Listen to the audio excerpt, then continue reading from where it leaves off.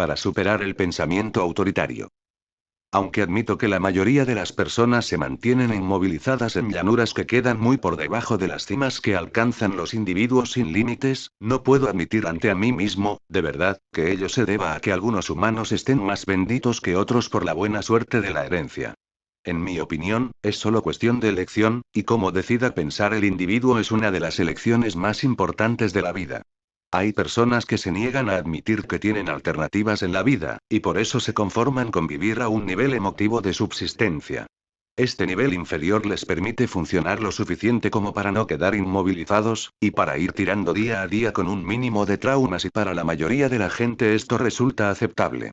Es vivir al nivel de ajuste del que hablamos en el capítulo 1. El individuo sin límites es completamente distinto a este respecto. Aunque los individuos sin límites puedan resolver, en general, casi todos los problemas que se les plantean, sin quedar inmovilizados como la mayoría de la gente normal, no se limitan simplemente a aceptar la vida tal como se la ofrecen. El individuo sin límites cree con toda firmeza que tiene posibilidad de elegir y que hay opciones que pueden situarle por encima de lo que se llama ser normal o como la mayoría de las otras personas. Los individuos sin límites enfocan la vida de un modo personal, y precisamente por esa visión distinta pueden ver las cosas muy claramente en lo que se refiere a las opciones que se les presentan, en vez de verse atrapados sin posibilidad de controlar las circunstancias de su vida. 1 libra esterlina. Individuo sin límites actúa a niveles más altos de gozo, felicidad y plenitud porque ha aprendido a pensar y a elegir, cosas que la mayoría de las personas casi siempre se niegan a hacer. Usted puede convertirse en un ser humano que viva cotas de plenitud más altas si está dispuesto a abandonar su promesa de pensar normalmente, o de comportarse como una persona ajustada y opta, por el contrario, por el control personal de las circunstancias de su propia vida. Puede convertirse, si quiere, en el creador de lo que es usted, y no en el resultado de lo programado por otros en su lugar. Puede liberarse de la angustia y conseguir la paz interior si está usted dispuesto a elegir las opciones que pueden permitírselo. Puede usted estar en paz consigo mismo, sentirse feliz y satisfecho renunciando a las opciones opuestas que lleva eligiendo hasta ahora. Todo el proceso se inicia con su voluntad personal de vigilar sus hábitos personales de pensamiento y de procurar superar todo pensamiento autoritario que se interponga en el camino que puede llevarle a convertirse en un individuo sin límites. En el último capítulo, las 4 primeras características de los autoritarios: intolerancia frente a la ambigüedad, pensamiento dicotómico, rigidez de pensamiento y antiintelectualismo, se refieren a formas individuales de pensamiento, y la quinta, la anti-introspección, indicaba la decisión del autoritario de no pensar en sí mismo. La última característica, el totalitarismo antipatriótico, reflejaba ciertas enfermedades del pensamiento muy extendidas entre los individuos, que pueden traer consecuencias sociales desastrosas. En realidad, todas las características de los autoritarios reflejan su negativa al pensar por sí mismos, su deseo insistente de dejar que autoridades superiores piensen por ellos, y de ahí su tendencia a dividir el mundo entre los que están con ellos y los que están contra ellos. La capacidad de pensar por sí mismos es, en consecuencia, un elemento básico de la vida sin límites. Para evitar la angustia autoritaria, la paranoia o el pánico que se derivan del hecho de alinear a tantos seres humanos fundamentalmente contra ti, para llegar a disfrutar al máximo de la propia capacidad personal de pensamiento autónomo. Muchos filósofos han considerado el pensamiento la esencia misma de lo que nos hace humanos. Hace ya varios siglos, René Descartes, a quien se ha considerado fundador de la moderna filosofía, dijo: Cogito ergo sum, pienso, luego existo. Considero que esto significa que el pensar constituye la naturaleza básica del ser humano, preguntarse sobre las cosas, investigar, ensayar varias soluciones posibles a los problemas. Y poner en entredicho, elaborar o rechazar esas soluciones en el proceso consiguiente de elaboración de un cuerpo de pensamiento que guía a cada ser humano en la vida durante todo el tiempo que pueda vivir. En otras palabras, todo ser humano, por su propia naturaleza, ha de pensar para elaborar una filosofía de la vida, que es la acumulación de una reserva de instrucciones personales a la que se recurre automáticamente cada vez que uno hace algo. En este sentido, todo ser humano tiene ya una filosofía de la vida, y el único problema es, en el fondo, determinar si ese cuerpo de pensamiento, de opinión, de creencias y de valores por los que el individuo rige su vida se desarrolla de modo que la vida resulte cada vez más interesante y que las posibilidades que ofrezca no tengan límites, o si ejerce un efecto paralizador, de modo que no permite más opción que el aburrimiento, la depresión y la desesperanza. Puede que la premisa básica de este libro sea que es usted responsable de los pensamientos que tiene en la cabeza en cualquier momento dado. Puede pensar lo que decida y prácticamente todas sus actitudes y acciones negativas se derivan del modo de pensar que usted decide adoptar, lo mismo que sus actitudes positivas de autoplenitud y sus acciones del mismo género, en cuanto aprenda usted a pensar como una persona sin límites. Sus pensamientos son creación personal suya y responsabilidad suya. En cuanto acepte usted sus pensamientos como clave fundamental de su humanidad toda, estará en condiciones de cambiar todo lo que le impide controlar su vida. Pero, para controlar el pensamiento autoritario y llegar al pensamiento sin límites, ha de aceptar usted que las emociones humanas no son algo que suceda por casualidad, que las acciones humanas no ocurren así, por las buenas. Todos los sentimientos y los actos van precedidos de esos misteriosos fenómenos mentales a los que llamamos pensamientos, y nadie ni nada, ninguna fuerza del mundo, puede hacerle pensar a usted algo que no quiera pensar. Hay un núcleo inalienable de libertad, aunque otros estén esclavizando al individuo a la fuerza, que consiste en la capacidad del individuo para elegir los pensamientos que pueden formarse en su mente. En cuanto el individuo comprenda que todas sus emociones y acciones vienen directamente de sus pensamientos, comprenderá al mismo tiempo que el modo de abordar cualquier problema psicológico o personal es abordar los pensamientos que sustentan las emociones depresivas y las acciones negativas. Si de veras cree usted que solo usted puede controlar sus propios pensamientos, y acepta que la vía para la vida sin límites pasa por aprender ahora a pensar de una forma nueva y distinta y no como pensaba usted antes, si puede usted entender que sus actitudes, su forma de enfocar el mundo, son solo reflejo de sus pensamientos, y no olvida que puede aceptar que la vía para la vida sin límites pasa por aprender ahora a pensar de una forma nueva o distinta y no como pensaba usted antes, si puede usted entender que sus actitudes, su forma de enfocar el mundo, son solo reflejo de sus pensamientos, y no olvida que usted puede elegir cualquier actitud que desee prácticamente en toda circunstancia, habrá dado el primer paso para cruzar ese puente mental que lleva al pensamiento sin límites. Pensamiento dicotómico. Si el autoritarismo es básicamente resultado de una enfermedad del pensamiento que tiene como consecuencia la decadencia del proceso mental, o que la gente deja de pensar por sí misma, yo diría que el pensamiento dicotómico, esa tendencia compulsiva a dividir todas las cosas del mundo y todas las personas en pequeñas categorías bien definidas, y a defender la rigidez de esas diferenciaciones cueste lo que cueste, es la causa básica de la enfermedad. En consecuencia, para convertirse en un individuo pleno es imprescindible superar este tipo de pensamiento. Recordará usted del capítulo 2 que lo primero que hace el pensador dicotómico al conocer a una persona es situarla en categorías. Liberal o conservadora, joven o vieja, mala o buena, patriota o traidora, religiosa o atea, egoísta o generosa, etc. Luego, utilizará las etiquetas como ventajosas excusas para evitar o condenar a personas que son distintas de él.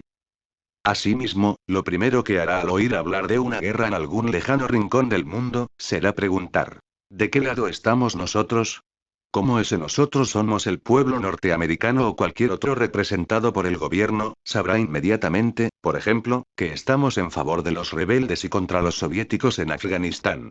Entonces defenderá nuestra posición y apoyará posiblemente la ayuda o la intervención norteamericana, directa o encubierta, en beneficio de nuestro bando.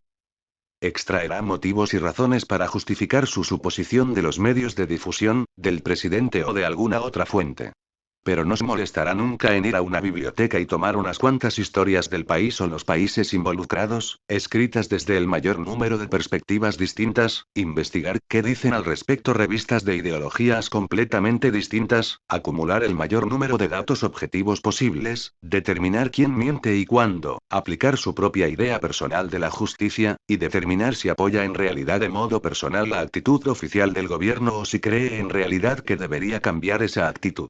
En resumen, ignorará todos los problemas históricos que provocan el pretender resolver un conflicto armado mediante la aniquilación o la derrota total del otro bando, que es lo que en realidad pide. La victoria total de nuestro bando en lo que ve como una dicotomía triunfo/derrota, aunque sea discutible que alguien haya ganado realmente alguna vez una guerra. No, si es usted un pensador dicotómico, nunca dirá lo que diría el individuo S12 si no tuviera tiempo para investigar de modo independiente la situación. No sé lo suficiente sobre el tema para emitir un juicio. Se apresurará usted a asumir la postura de nuestro bando, y luego se verá obligado a fingir que sabe de lo que está hablando. El pensamiento dicotómico permite pensar menos porque hay ya un modelo listo cuando surgen situaciones que exigen pensar con independencia si se pretende dar una respuesta plenamente humana. La tendencia a dicotomizar impide al individuo ver o oír realmente a las personas a las que juzga, porque mentalmente ya las ha encerrado en una cuadrícula etiquetada como malo, enemigo o rechazo y ha decidido que no sacará nada en limpio prestándoles atención.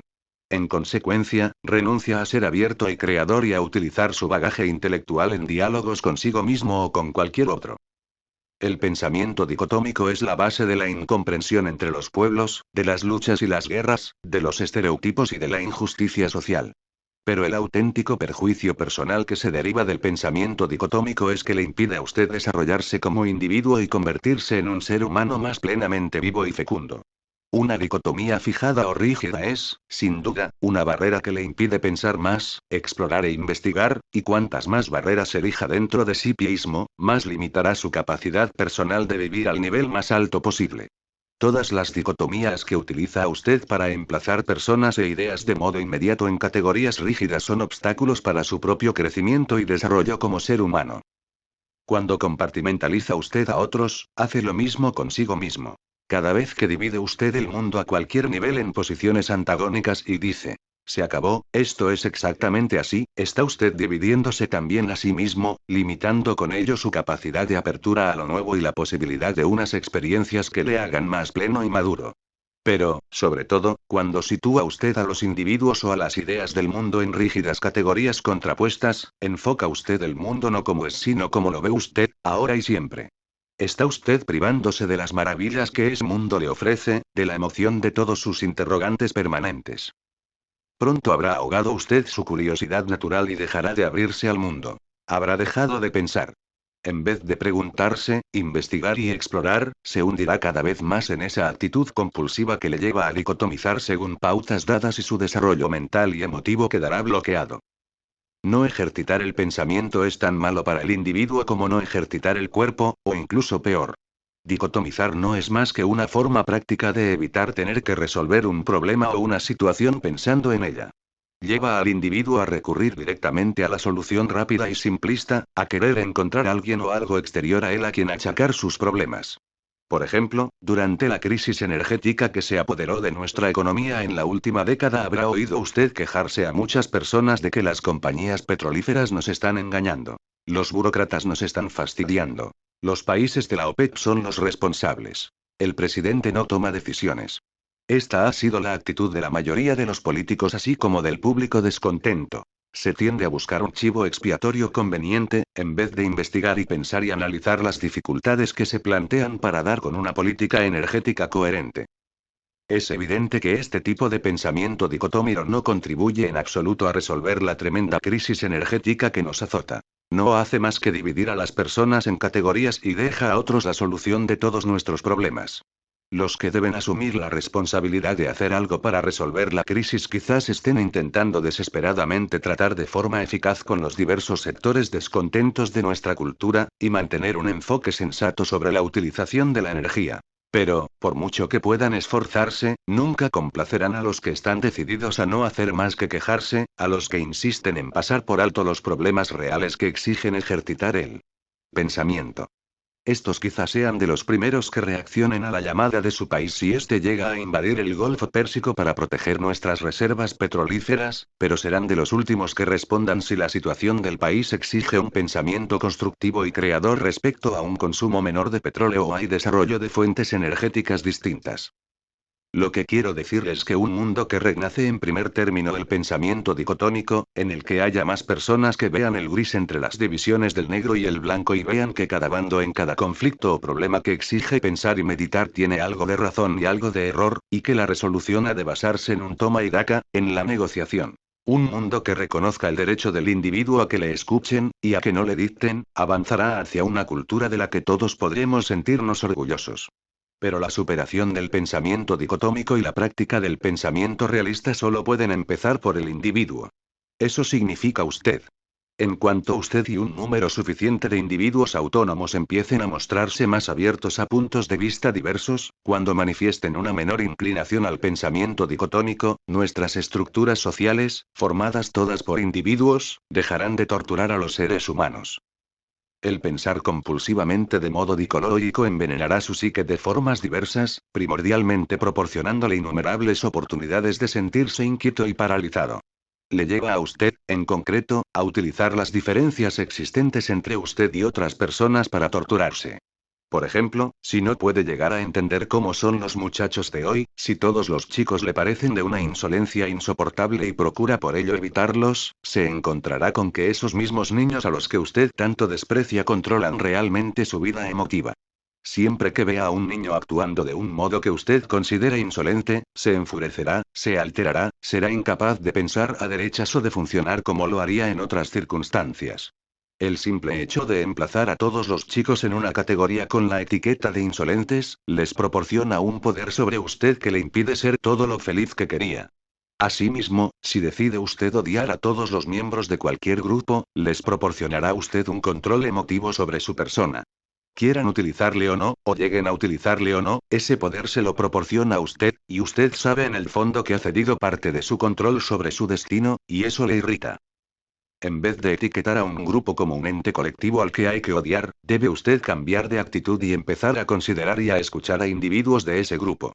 Los hombres, los blancos, los judíos, los negros, los asiáticos, los mecánicos, los abogados, los niños, los alcohólicos, los comunistas, todos estos grupos están formados por individuos, y estos individuos son tan distintos entre sí como de usted. En cuanto usted los etiquete a todos con un estereotipo, se hallará en una situación tal que le inquietará y alterará lo que espera que hagan, en vez de lo que cualquiera de ellos es probable que haga en realidad, y le impedirá a usted aprender más sobre unos individuos que piensan en realidad de forma diferente de cómo piensa usted.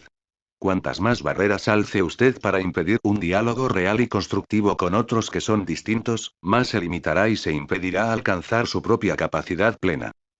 Espero que ahora comprenda por qué el pensador dicotómico tiene muy pocas posibilidades de lograr la paz interior. Está demasiado entregado a emplazar a todas las personas y todas las ideas del mundo en este o aquel compartimento para tener tiempo o razón para el autodesarrollo. El acto mismo de dicotomizar es una actividad dirigida desde el exterior que sitúa el foco de control de su propia vida en alguien o algo exterior a usted. Las normas dictadas por la sociedad que le indican cómo ha de diferenciar a los patriotas de los subversivos, o cualquier otra como la dicotomía, y la desconcertante variedad de las gentes del mundo que parecen necesitar que usted las clasifique. Es evidente que no puede usted gozar de paz interior mientras tenga localizados fuera de usted los controles de su vida. Paralizará usted su propia misión en la vida, la de ser feliz y fecundamente vital, si se convierte en un pensador dicotomizante compulsivo, pero si aprende a superar el pensamiento dicotómico, a trascender esos estereotipos de lo blanco y lo negro que tanto contaminan nuestras propias vidas personales y la estructura misma de nuestra sociedad, y si otros siguen el mismo camino, crearemos una sociedad que pueda hacer que este mundo funcione por fin a máxima potencia. Pero, en primer lugar, y antes de nada, debe usted asumir la responsabilidad de hacerlo en su interior, y luego ayudar a otros a hacerlo. Esta es mi misión en la vida en este momento. Superar en mí mismo el pensamiento blanco-negro y ayudar a hacer lo mismo a otros. Dentro de poco, podremos colaborar todos en la creación de un mundo de individuos que piensen de modo abierto, de un modo flexible, que se escuchen unos a otros e interpreten preguntas y respuestas como lo que han de ser, sinceras tentativas de crear un mundo más humano para todos. Pero solo podremos hacerlo si empezamos por nosotros mismos. Pensamiento holístico, o totalizador, el individuo sin límites comprende perfectamente que las dicotomías solo existen en la mente de las personas. Que son solo instrumentos del pensamiento inventados para explicar mejor y controlar mejor partes determinadas de nuestros mundos. Pero las dicotomías en realidad se utilizan siempre para dividir algo que estaba unido en un principio. Todos somos combinaciones de contrarios. Somos gentes completas que tenemos infinidad de cualidades distintas y de capacidades diferentes, siempre cambiantes dentro de nosotros, según la tendencia y la dirección de nuestros pensamientos y sentimientos. Para pasar del pensamiento dicotómico al pensamiento humano real, debemos ver más allá de los velos que hemos interpuesto entre nosotros mismos y el mundo real. Hemos de recordar el mundo completo, que estaba ahí afuera mucho antes de que lo dividiéramos en innumerables categorías. Hemos de curar las grietas de nuestras estructuras mentales, creadas con el objeto de clasificar las cosas todas y las personas todas con una etiqueta u otra. Debemos volver, en suma, al pensamiento holístico. Debemos recordar que antes de que hubiera ovejas o cabras, chicos o chicas, antes de que a alguien se le ocurriera la idea de los números pares o los impares o pensara en llamar a su sociedad civilización, había vida. Debemos tener en cuenta que todos los humanos que vivieron en este planeta antes que nosotros compartieron el mismo sol, alzaron la vista hacia el mismo cielo, pescaron en los mismos mares, cazaron los mismos alimentos. Quizá tengamos incluso ganas de hacer un alto y ver por un instante que nosotros y el resto de los seres humanos somos la encarnación de la vida humana ahora, y que todos tenemos algo de pez, algo de mono, algo de genio, algo de tonto, cierta fuerza, cierta debilidad, cierta riqueza, cierta pobreza, que constituyen partes de nuestra existencia. Todos somos al mismo tiempo individuos completos, una representación orgánica de la vida entera y una pequeña porción de vida como conjunto. La idea de ser miembro de una cultura no es un objetivo para los que piensan holísticamente. En realidad, su punto de vista es exactamente el contrario. Lo importante para el pensador holístico es considerarse parte de la humanidad y no de subgrupos especiales, sean naciones, agrupaciones étnicas o camarillas culturales. Rechazan la identificación dentro de límites artificialmente elaborados, y consideran que las fronteras a las que tantas personas prestan fidelidad eterna son, en realidad, motivo de inquietud y de lucha. El pensador holístico ve el mundo de modo global, lo considera todo de la humanidad, y piensa que hay en él problemas que hay que abordar y resolver. El que haya alguien sin empleo en la India, o muriéndose de hambre en Biafra, es un problema para toda la humanidad, no algo que deban resolver los gobiernos concretos afectados. Debemos agruparnos todos y dar un tratamiento digno a los demás, y los que piensan de modo holístico se oponen enérgicamente a dividir a los individuos en clases, naciones, religiones o cualquier otra frontera. El pensamiento humanista ha de empezar con el enfoque holístico, con una visión completa del universo y de cómo usted, en tanto que ser humano individual, encaja en el espectro de la vida toda, del pasado y del presente. Reconociendo que todos estamos juntos en esta cosa llamada vida. Para pensar holísticamente hay que aprender a suspender el juicio, a dejar a un lado, por un instante, todas esas categorías por las que nos hemos visto condicionados a archivar y olvidar a tantas personas, ideas, cosas y experiencias posibles antes de considerarlas siquiera, y de vernos nosotros y ver nuestros mundos en su totalidad irreductible y primigenia. Ello supone admitir que hemos estado tan ocupados enumerando todas las diferencias que podían separarnos de los demás que hemos olvidado trágicamente considerar todos los caracteres comunes, las esperanzas, los sueños, tiempos, lugares y situaciones que nos unen. Hemos estado demasiado ocupados diseccionando a la humanidad para imaginar lo gozoso que podría ser actuar todos juntos. El pensamiento holístico significa, a veces, simplemente retreparse y apreciar cómo crean oxígeno los árboles, así por las buenas, oxígeno que respiramos todos los humanos, o los milagros de la ecología del medio en general, o de qué modo está casi inexplicablemente interrelacionada toda la sociedad humana, y el hecho de que todas las teorías de la sociología y la conducta humana sean solamente nuestros mejores barruntos en este momento de cómo funciona todo el conjunto. Significa tener capacidad suficiente como para reconocer que el bosque no solo es la suma de sus árboles. Que aunque podamos clasificar de alguna manera, diseccionar o atomizar las cosas en nuestro pensamiento, todavía nos queda el carácter, un último término misterioso, del conjunto, sea este el conjunto del universo o el conjunto de la humanidad, o bien el de cada individuo. El pensamiento sin límites, lo que llamo pensamiento sin límites, se inicia con una visión holística del mundo, a partir de la cual es preciso un esfuerzo constructivo del individuo. El verdadero pensamiento sin límites quizás sea el arte más excelso de que pueda ser capaz el ser humano. Aunque los individuos sin límites funcionan, en general, a niveles patentemente superiores en sus vidas, hemos de describir aquí las cualidades mentales que les separan de otros individuos, sin que parezca que todos los que no sean personas sin límites sean, en cierto modo, inferiores o neuróticos. La gente con características sin límites parece contemplar el mundo de un modo diferente. Todo lo que ven en él, lo ven como una oportunidad, en vez de verlo como algo a evitar o temer. Toda experiencia les parece una posibilidad de diversión y de desarrollo, y les interesa mucho lo nuevo y lo misterioso. Para el individuo sin límites, el mundo es un milagro, y por ello vive asombrado ante el universo. Le conmueven fácilmente cosas que parecen rutinarias a la gente normal. Puede pasarse un día entero caminando por una playa, perdido en la emoción del océano, la arena, las aves, vientos, conchas, sin llegar nunca a cansarse de la experiencia. Para el individuo sin límites, cada día es un mundo nuevo completo, y puede ensimismarse en la contemplación de la belleza de algo que ha contemplado antes muchas veces sin tener por ello sensación de aburrimiento o de repetición. Los que eligen el pensamiento sin límites son básicamente seres humanos satisfechos. Sienten que pertenecen al universo y están contentos en todos los aspectos de su vida. Se sienten queridos y son capaces de dar amor sin reservas y sin angustias. Están enraizados en el presente en sus relaciones, no obsesionados por la idea de a dónde van sus relaciones o cómo han sido, ni se preguntan cómo van a resultar las cosas.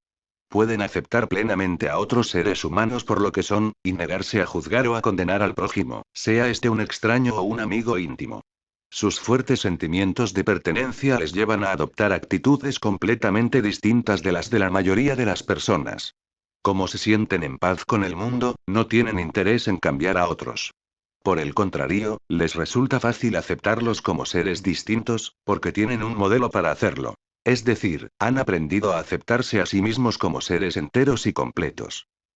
Debido sobre todo a esta actitud de aceptación, el individuo sin límites no está agobiado por la angustia.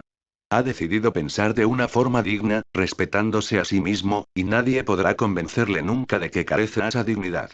Este respeto a sí mismo que lo impregna todo, le permite funcionar al más alto nivel tanto para sí mismo como al servicio de otros. Como su amor propio está intacto, y como la fuente de ese amor propio es interna, él y los que son como él no experimentan los efectos paralizantes de las opiniones de otras personas, tanto positivas como negativas. Ellos no deciden cómo van a pensar o comportarse en función de lo que piensen los otros. Han decidido ya ellos mismos cómo van a actuar, y esta sensación de confianza en sí mismos les permite obrar con total independencia de las opiniones de los demás.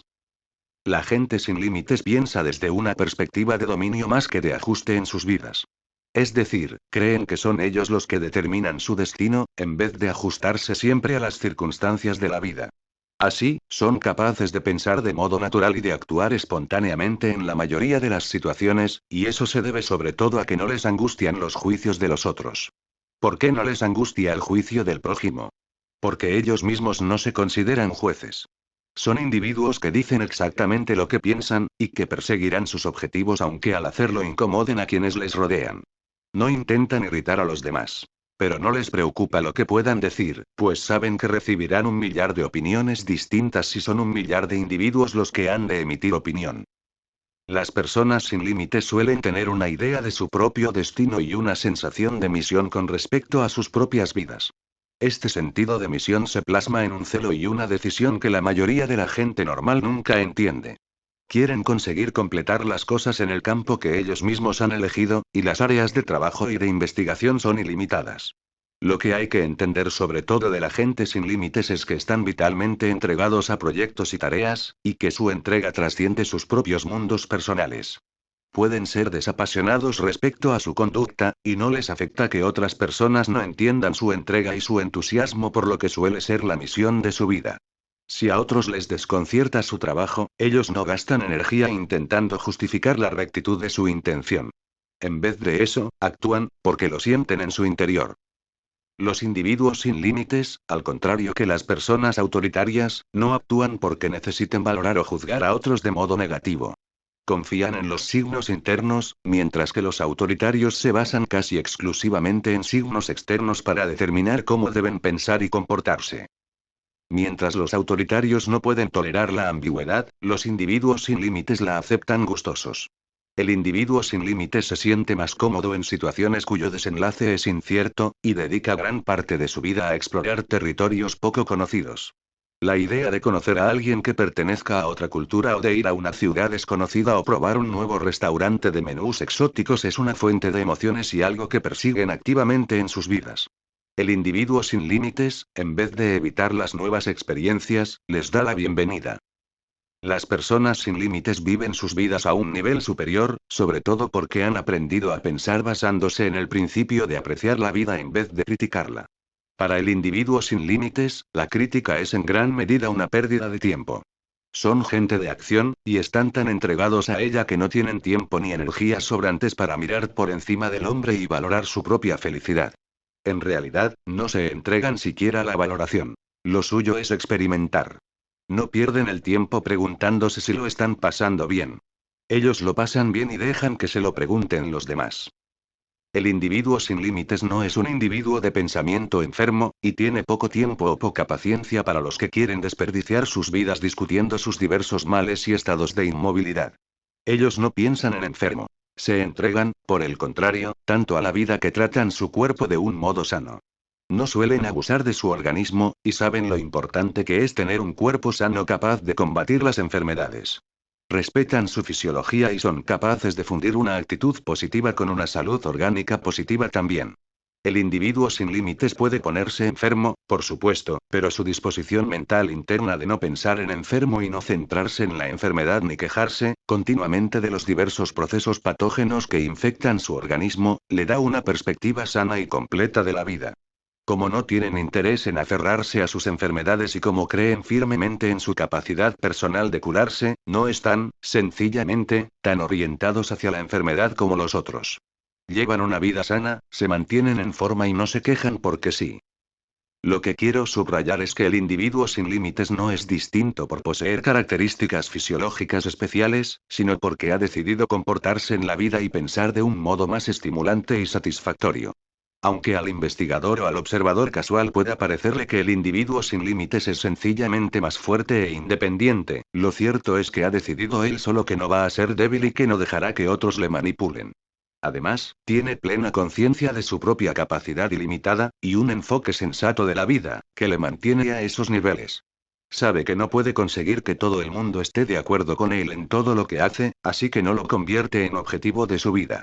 Sabe que preocuparse por la aprobación de los demás, o sentirse angustiado por el rechazo, es una pérdida de tiempo y de energía emotiva, así que se limita a negarse a hacerlo. Sabe que el pasado ha concluido y que el futuro no lo tiene nadie asegurado, así que procura vivir en el presente y agradece lo que tiene. Sabe que tener que hacer cosas desagradables, como lavar platos o sacar la basura o cualquier otra cosa parecida, es una condición necesaria de la vida. Pero decide lo que piensa, y sus pensamientos respecto al lavado de platos son positivos. Tener que lavar los platos significa haber disfrutado los alimentos tomados en ellos. Tener que vaciar la basura indica que se ha tenido abundante comida, mientras que en muchas partes del mundo hay personas que no tienen ni sobras ni platos. El individuo sin límites controla realmente su pensamiento, y en consecuencia sus actitudes, y elige actitudes que permiten ver las cosas pequeñas con perspectiva y que le sean útiles en vez de hacerle desdichado. El paso al pensamiento sin límites. ¿Cómo eliminar las dicotomías? El mejor medio de captar una idea abstracta como el pensamiento sin límites es, como siempre, ver cómo puede aplicarse en términos concretos en la vida del individuo. He aquí algunos ejemplos de los tipos de dicotomía más comunes que suelen aplicarse erróneamente con efectos destructivos, junto con ciertas reflexiones sobre las totalidades que hay entre ellas, y sugerencias concretas para que pueda usted superar su imposición autoritaria y pensar con perspectiva sin límites en la vida. Mientras lee, pregúntese lo siguiente. ¿Cómo me he torturado a mí mismo o a otro y he paralizado el crecimiento de mi propia filosofía de la vida dicotomizando según estos criterios? Hallará usted muchos otros ejemplos de dicotomía que podrían añadirse a la lista, y pronto conseguirá ir al fondo del asunto y superar esas dicotomías. En vez de pensar en dicotomías o divisiones, es mucho más práctico y eficaz empezar a pensar en términos de fusión o eliminación del proceso de fragmentación. Cuando el individuo aprende a enfocar las dicotomías más comunes en términos holísticos de fusión, combinación y agrupación, alcanza una dosis de libertad personal que no había experimentado nunca. Será usted libre porque verá a la gente del mundo como es, en vez de verla como piensa usted que debería estar compartimentada. Masculino barra femenino, no hay duda a este respecto. Es chica o chico. En la sala de partos o en el certificado de nacimiento, no hay razones para decir.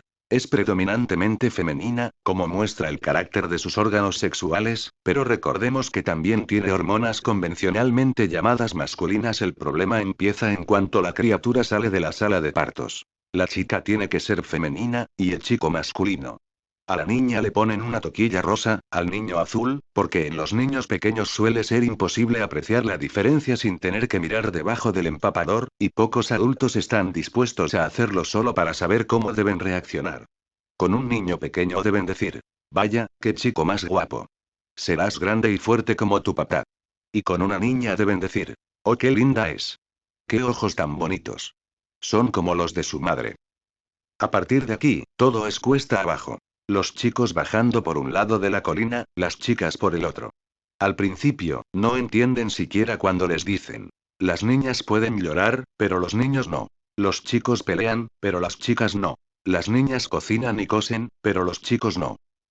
Pero cuando les han dicho el suficiente número de veces que los chicos han de ser masculinos y las chicas femeninas y memorizan todas las listas arbitrarias de lo que significa cada una de tales categorías, y de lo que pueden y no pueden hacer, se rompen dócilmente la cabeza, para adaptarse a los estereotipos que les han impuesto, y se dedican a imponérselos a su vez unos a otros como venganza. Pareces un chico con esa ropa.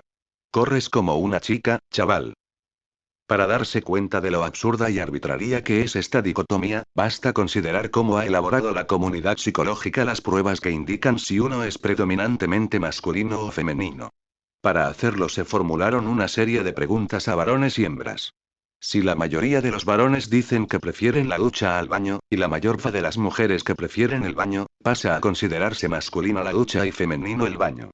Si la mayoría de los varones prefieren el atletismo a la lectura, y la mayoría de las mujeres prefieren la lectura, se considera la lectura femenina y masculino el atletismo.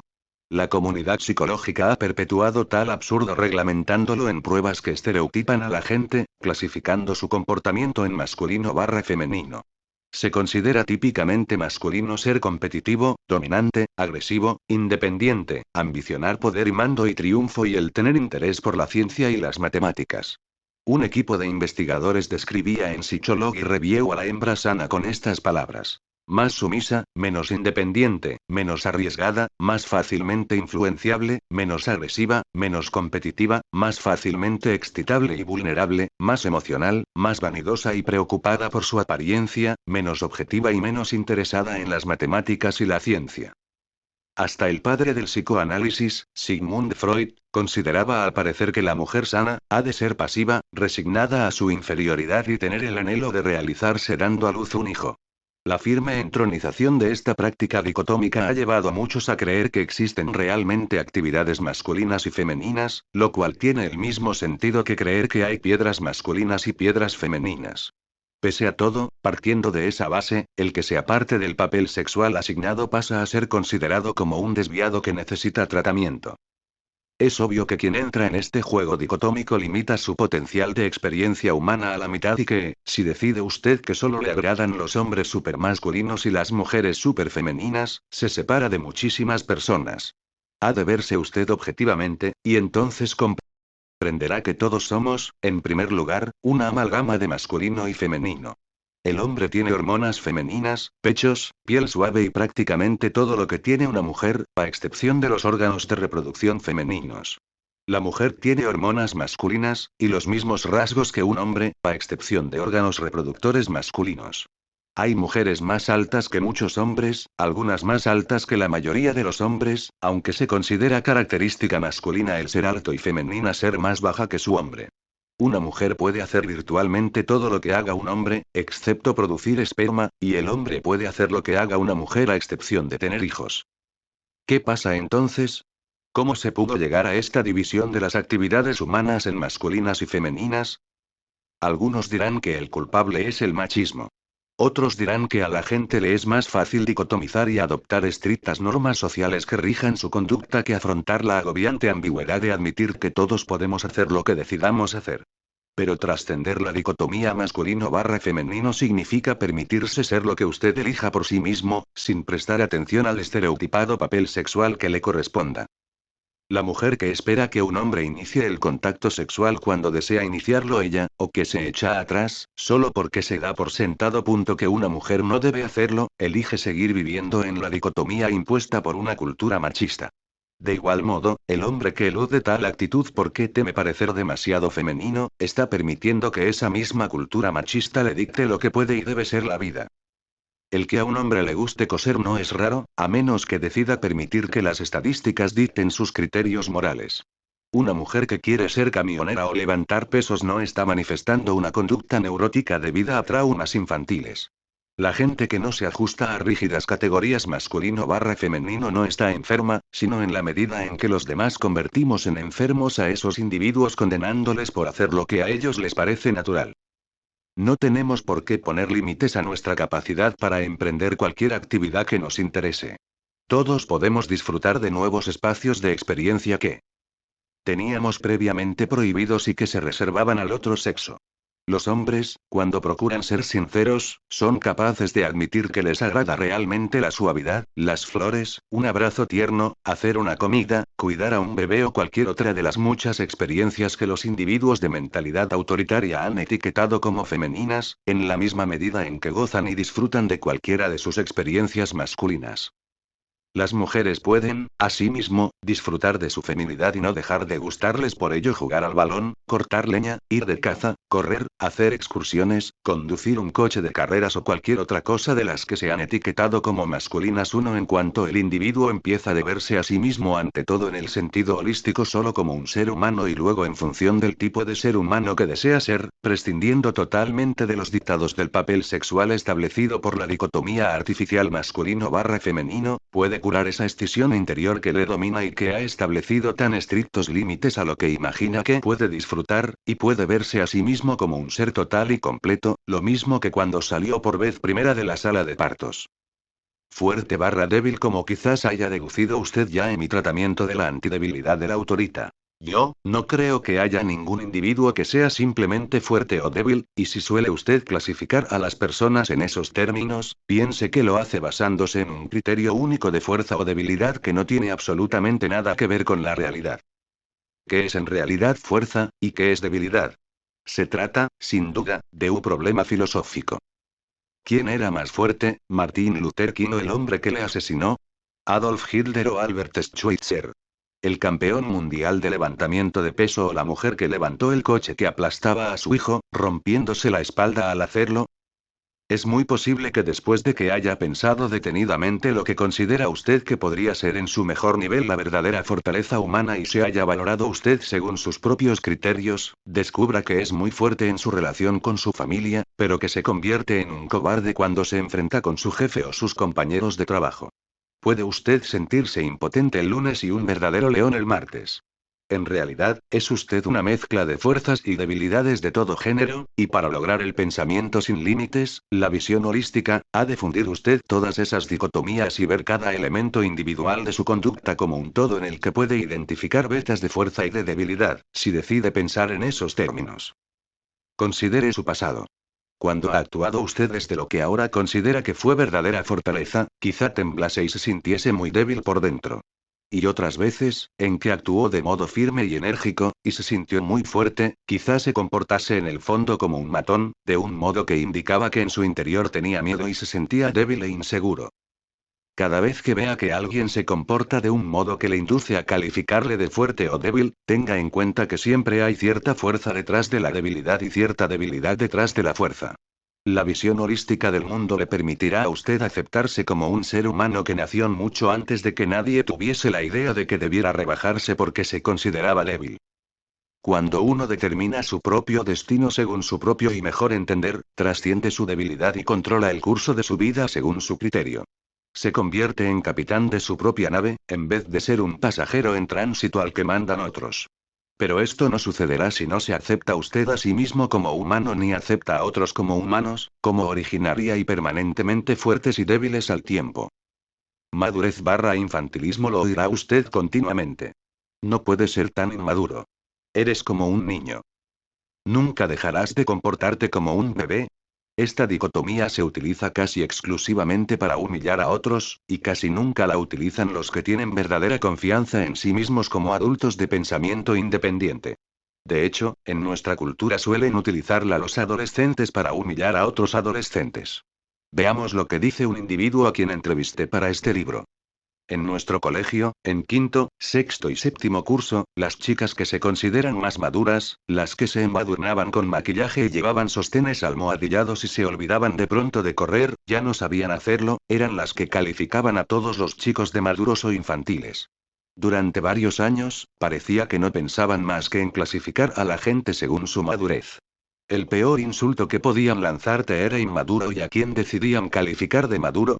A los mejores luchadores. A los muchachos más altos, más fuertes, más autoritarios y más superficialmente maduros. Y por la misma causa, los muchachos que adoptaban los aires más machistas, los que eran siempre los primeros en apabullar físicamente a otros más débiles que ellos, los que procuraban demostrar continuamente lo hombres que eran, consideraban que las chicas que iban más maquilladas y se comportaban de modo más servil frente al varón eran las más maduras. Es fácil tener una idea inmadura de lo que es en realidad la madurez humana, sobre todo si no se ha pensado nunca realmente con detenimiento lo que podría significar, a su mejor nivel, la madurez. Hay que ver quién es más maduro, el niño que intenta remedar el comportamiento de los adultos, que se hace solemne y reprimido y se aparta de los juegos y fantasías infantiles de los que disfrutan sus compañeros más inmaduros, el que se niega a aceptarse como niño, o el niño que piensa. Por supuesto que actúa a veces de modo inmaduro. ¿Pero qué puede esperarse de mí, en realidad? Solo tengo 10 años. La diferencia entre tú y yo es que yo sé que aún tengo que madurar mucho, y no quiero acelerarlo, quiero disfrutar. No tiene ningún sentido apresurarse en esto. Además, parece que tú piensas que lo de crecer es algo que se produce en un momento y concluye en ese momento. Sospecho que piensas que ya lo has hecho y que ya no tienes que pensar más en ello. En fin, de ese modo no madurarás más. Yo tengo la esperanza de seguir creciendo y madurando a los 70 años. El primer paso hacia la verdadera madurez, según mi opinión, el único tipo de madurez que merece la pena buscar, es reconocer que no hay nadie que sea nunca totalmente niño o totalmente adulto, y que en realidad sería muy triste que alguien lo fuese. La persona que actúa de un modo caprichoso, estúpido e inmaduro unas veces, es muy capaz de reaccionar de modo serio y responsable en las circunstancias adecuadas. El adulto controlado, organizado, correcto y entregado a su trabajo, debería ser capaz también de desinhibirse, bromear y ser como un niño pequeño cuando las circunstancias lo permiten. Cuando alguien incita a otros a actuar siempre de un modo determinado, rígido, arbitrariamente calificado de maduro, o se exige a sí mismo el mismo género de vida limitada, demuestra una mentalidad superficial y dicotómica que ignora el fenómeno holístico de que cada uno de nosotros es en principio y siempre en parte niño y en parte adulto, en parte maduro y en parte inmaduro, durante toda la vida. Aferrarse a una forma de conducta que se califica de madura es muy limitador. Le impedirá a usted probar cosas nuevas e interesantes y, sobre todo, lo impedirá preguntarse qué es en realidad la verdadera madurez humana, le impedirá ver su carácter abierto, le impedirá revisar y ampliar constantemente la idea del tipo de persona que quiere usted ser y, en último término, le impedirá crecer y madurar del todo. Civilización barra barbarie: considerar a la gente que es más parecida a nosotros, civilizada, y a los que lo son menos, incivilizados, es un ejemplo de dicotomización etnocéntrica del género más destructivo. Todas las culturas de la Tierra tienen ideas propias de lo que es ser muy civilizado, pero si por eso entendemos propiciar una vida más feliz, plena y creadora para todos, es evidente que ninguna cultura tiene el monopolio de la sabiduría en este campo, y que nosotros tenemos mucho que aprender de otras culturas, del pasado y del presente. Cuanto más nos abrimos al estudio de otras culturas, más vemos que aquellos a los que hemos clasificado siempre como más civilizados tenían también costumbres bárbaras que nunca consideraríamos civilizadas. No hay duda de que los antiguos griegos nos han legado la democracia, la filosofía, un arte clásico del que es ejemplo el Partenón o las obras de Esquilo, Sófocles, Eurípides y Aristófanes. Pueden habernos dejado también las matemáticas, la léxica, las Olimpiadas, la Litada, la Odisea y otros legados demasiado espléndidos para poder siquiera apreciarlos en todo su valor. Pero tengamos en cuenta que su cultura fue también una cultura esclavista en la que solo existía el sufragio masculino, una cultura en la que, en algunas ciudades, a los niños no deseados o débiles les arrojaban por un despeñadero, una cultura que ejecutó a Sócrates porque hacía demasiadas preguntas. ¿Cómo hemos de medir, en realidad, el índice de civilización de nuestra propia cultura? ¿Acaso llegamos a planteárnoslo realmente alguna vez? ¿Acaso no nos limitamos a decir, nuestra cultura es la cumbre de la civilización, y todo lo que sea distinto de ella es simplemente menos civilizado?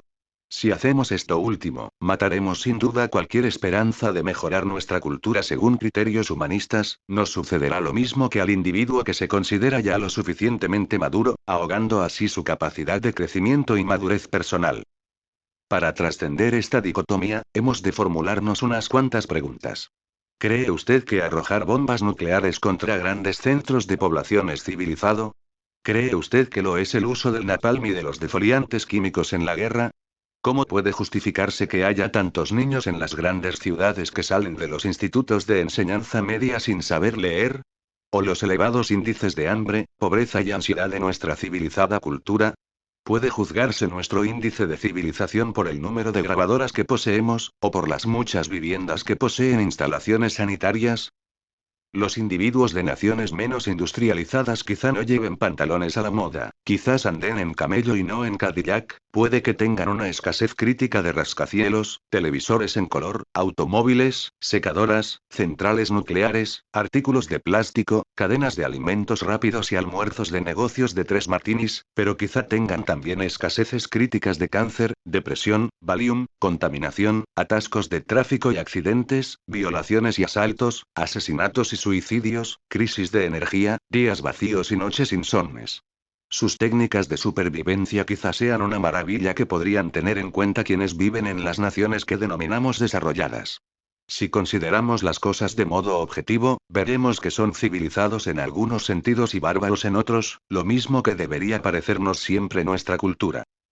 En cuanto uno se permite formularse preguntas como estas respecto a sí mismo y a su propia cultura, puede inmediatamente alcanzar la visión holística del concepto de civilización, que ha de abarcar todo el campo de la experiencia humana, el pasado y el presente, preguntándose qué es lo que uno cree que podría ser civilización en su más alto grado. En cuanto elabore usted algunas respuestas posibles a estas preguntas que le permiten valorar del modo equitativo todas las culturas, incluida la propia, el marco de normas más objetivo que pueda concebir, verá inmediatamente lo bárbaros, limitados y etnocéntricos que son la mayoría de nuestros juicios sobre lo que es civilizado y lo que no lo es, y lo mucho mejor que llegaría a ser el mundo entero si dejásemos de llamarnos unos a otros bárbaros e incivilizados. Cuerpo/mente. Usted es un ser humano completo. Su cuerpo y su mente funcionan juntos desde mucho antes de que les enseñasen a distinguirse entre sí. Si ha llegado usted a creer que su cuerpo y su mente son de verdad dos entidades separadas e independientes, piense que es víctima de una de las dicotomías más alienantes, que puede llevar a una lucha constante por el poder entre sus necesidades mentales y sus necesidades físicas. ¿Ha pensado alguna vez para sí? Quizá no esté bien conjuntado, pero soy listo, y ha menospreciado las satisfacciones corporales, o ha abusado incluso de un organismo en pro de actividades estrictamente intelectuales o mentales. ¿Considera usted su cuerpo la carta fea y se descarta de él en favor del as de triunfos que es su mente? ¿O cree usted, por el contrario, que su as de triunfos es su cuerpo? ¿Se enorgullece usted de su apariencia física, de su capacidad de levantar pesos mayores o de lanzar una pelota de golf más lejos que nadie, pero se considera no demasiado inteligente, corto incluso, y menosprecia su mente basándose en ese estereotipo que se ha impuesto a sí mismo? Un enfoque holístico de su humanidad le ayudará a superar esta dicotomía y le permitirá llegar a ser un ser humano más completo. Si quiere usted darle a la pelota con el bate, tendrá que adiestrar todo, su mente/cuerpo, para poder realizar la tarea. No puede quedarse allí sin más y ver cómo sale la pelota de la base del bateador sin pensar. No podré darle. El tanteo es 3-2, tengo que cambiar. Su mente tiene que mandar sobre su cuerpo, y su cuerpo tiene que trabajar coordinado con su mente. Dale ahora, piensa usted. No des con toda la fuerza posible. Deja que las muñecas se mantengan sueltas por si varía la trayectoria. Procura darle a la pelota y lanzarla al sitio justo. No necesitas un jonrón, solo una base para lanzarte, el tiro llega desviado pero tú estás prevenido. En el último momento, flexionas la muñeca y el bate golpea con firmeza la pelota. No tiene que pensarlo siquiera. Sale corriendo hacia la primera base, antes de darse cuenta siquiera de si la pelota va a caer en el sitio justo o si el adversario se le va a adelantar. Cuando baja usted corriendo por la primera línea de base con todas sus fuerzas, cuando corre a trabajar o corre por el parque, podría pararse y preguntarse, ¿es mi cuerpo o mi mente el que hace esto? Y podría hacerse la misma pregunta cuando está escribiendo una carta, cambiando un sofá de sitio o conduciendo el coche camino del trabajo. No hay ninguna escisión real entre su cuerpo y su mente. La única decisión es la que han inventado algunas personas para diferenciar actividades mentales y actividades físicas. ¿Puede usted superar esta dicotomía si acepta que en toda acción humana participan el cuerpo y la mente? Cuerpo y mente, no es posible que se mantenga el uno sin la otra. Cuando el individuo muere, aunque el cerebro, o la mente, desease y pudiese seguir, no es posible si el cuerpo lo impide. La vida sin límites, la vida holística, exige que adiestre usted y ejercite su yo completo, cuerpo y mente, o sea, toda su personalidad. Su mente necesita estímulo y ejercicio con la misma regularidad que su cuerpo, y viceversa. Si puede usted asimilar su unidad básica, podrá alcanzar sin duda el pensamiento sin límites, el pensamiento holístico. Consciente/inconsciente. Esta dicotomía puede que solo les resulte familiar a los que estén identificados con las teorías psicoanalíticas freudianas o tradicionales, pero ha jugado un papel decisivo en la entronización de un tipo de enfoque dicotómico de la vida que ha ido extendiéndose progresivamente en nuestra cultura. Algunos psiquiatras le dirán que nuestra psique, espíritu o mente, se divide en tres partes: el ello, el yo y el superyo. Según esta hipótesis freudiana, el pastel de su mente se divide, más o menos, según la siguiente figura. Como puede usted ver, esta teoría afirma que su mente está básicamente dividida entre su mitad consciente y su mitad inconsciente, en suma, la mitad de la que usted sabe y la mitad de la que usted no sabe y que es, en consecuencia, impredecible o indigna de confianza. Pero la imagen se complica por el hecho de que, según esta teoría, el pastel básico o central de su mente está dividido en tres partes aproximadamente iguales, el ello, el yo y el superyo, y que el ello, y la mitad, más o menos, del superyo, pertenecen al sector inconsciente de la dicotomía básica y el yo y la otra mitad del superyo al sector consciente. Los que están de acuerdo con las teorías freudianas le dirán a usted que su ello es algo así como la fuente indiferenciada de su energía animal y se lo retratarán como una cierta fuerza inconsciente, oscura, primitiva, no civilizada, que hay dentro de usted y que le destruiría a usted y a todos los que le rodean si la dejara suelta. Pero le dirán, también, más o menos, que a su ello lo civilizan su yo y su superyo. Luego le definirán su yo como esa parte consciente de usted que se ha derivado del ello a través de los contactos con la realidad, y que coordina sus relaciones con el ello, el superyo y la realidad externa. Luego le dirán que su superyo es un sector importante de la psique, solo parcialmente consciente, que colabora en la formación del carácter, y que refleja la conciencia paterno-materna y las normas de la sociedad.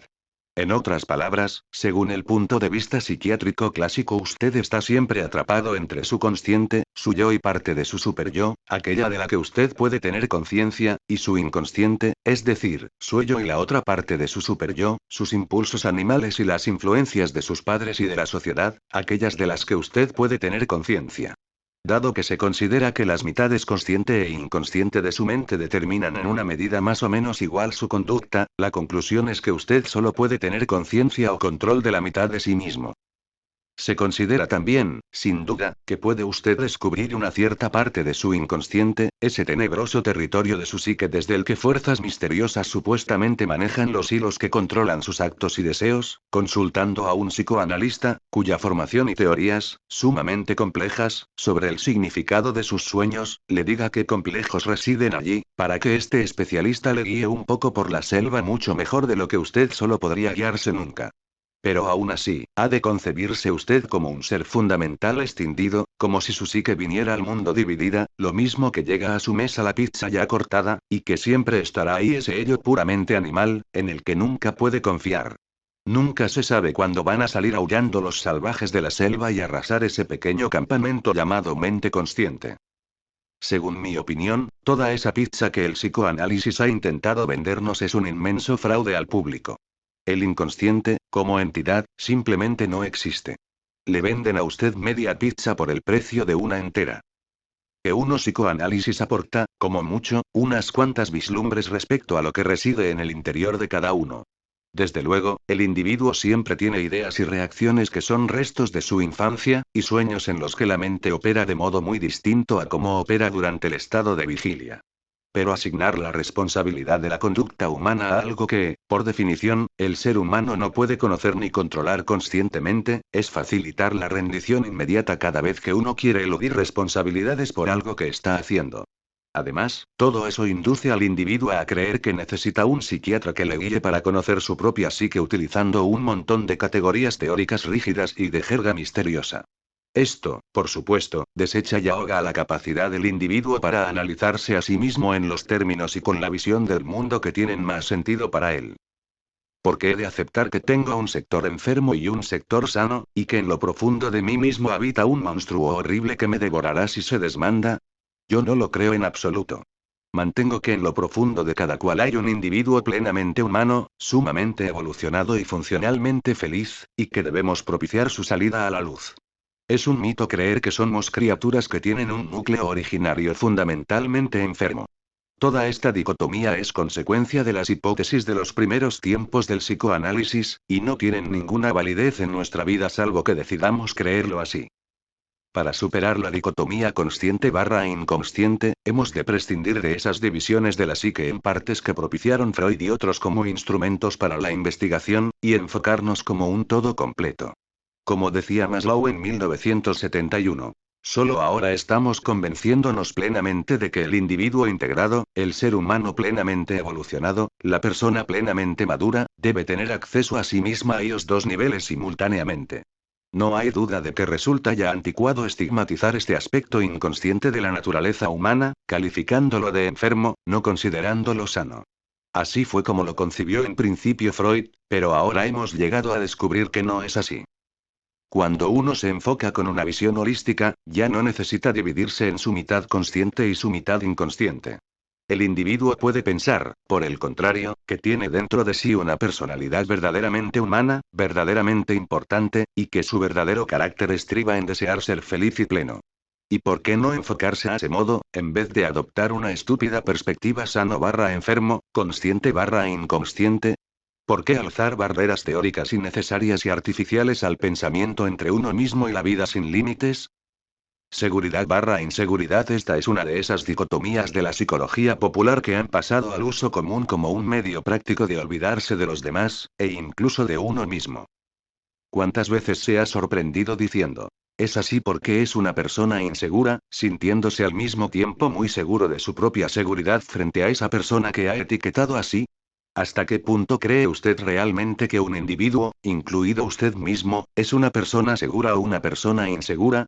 ¿Hay espacio en su pensamiento para alguien situado en el medio, es decir, una mezcla de ambas cosas? Prácticamente, todo lo que hace uno entraña cierta seguridad y cierta inseguridad. Si le planta usted cara a un funcionario insolente un día, puede mostrarse hacia el exterior muy seguro y confiado, pero puede estar temblando por dentro. Si le para a usted un policía por lo que usted considera algo absolutamente injustificado, puede que parezca usted temblar y vacilar por fuera y por dentro, sabiendo que no ha hecho usted nada malo y estar totalmente seguro de ello. Todos tenemos momentos de seguridad e inseguridad relativa, por lo que cualquier dicotomía que nos etiquete de una u otra forma es una pérdida de tiempo. Además, si se etiqueta a usted como seguro o inseguro, eso le impedirá intentar cambiar lo que considera ya como un modo de ser. Si se califica de inseguro, puede muy bien descubrir que se apoya constantemente en otros para que hagan por usted cosas que no tiene suficiente confianza en sí mismo para hacer solo. George, ¿quieres llevarme el coche al garaje? Ya sabes que en cosas de mecánica no tengo seguridad ninguna. A ese paso, nunca superará usted sus complejos respecto a la mecánica, y ello se deberá exclusivamente a que se ha archivado y olvidado a usted mismo o misma bajo esa etiqueta de inseguridad por lo menos, respecto a la mecánica. El no tener seguridad no es buena cosa, evidentemente, si significa que usted se aferra a un precario asidero que, si cede, le hará caer montaña abajo y hundirse en el pánico. Pero tampoco es bueno sentirse demasiado seguro, si eso significa valorar demasiado su seguridad. Una insistencia excesiva en la seguridad puede llevar a la inercia, el hastío y la depresión, lo mismo que una dosis demasiado escasa de seguridad verdadera puede llevar al pánico, la duda incesante u otras desdichas que acompañan a la inseguridad.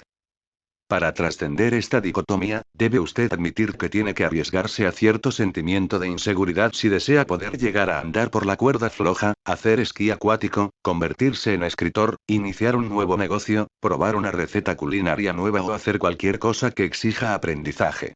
Ha de prever usted que la vida sin límites puede llevarle a situaciones que la mayoría de las personas calificarían de precarias, y debe prever también que habrá otros que digan de usted: actúa de ese modo porque se siente inseguro.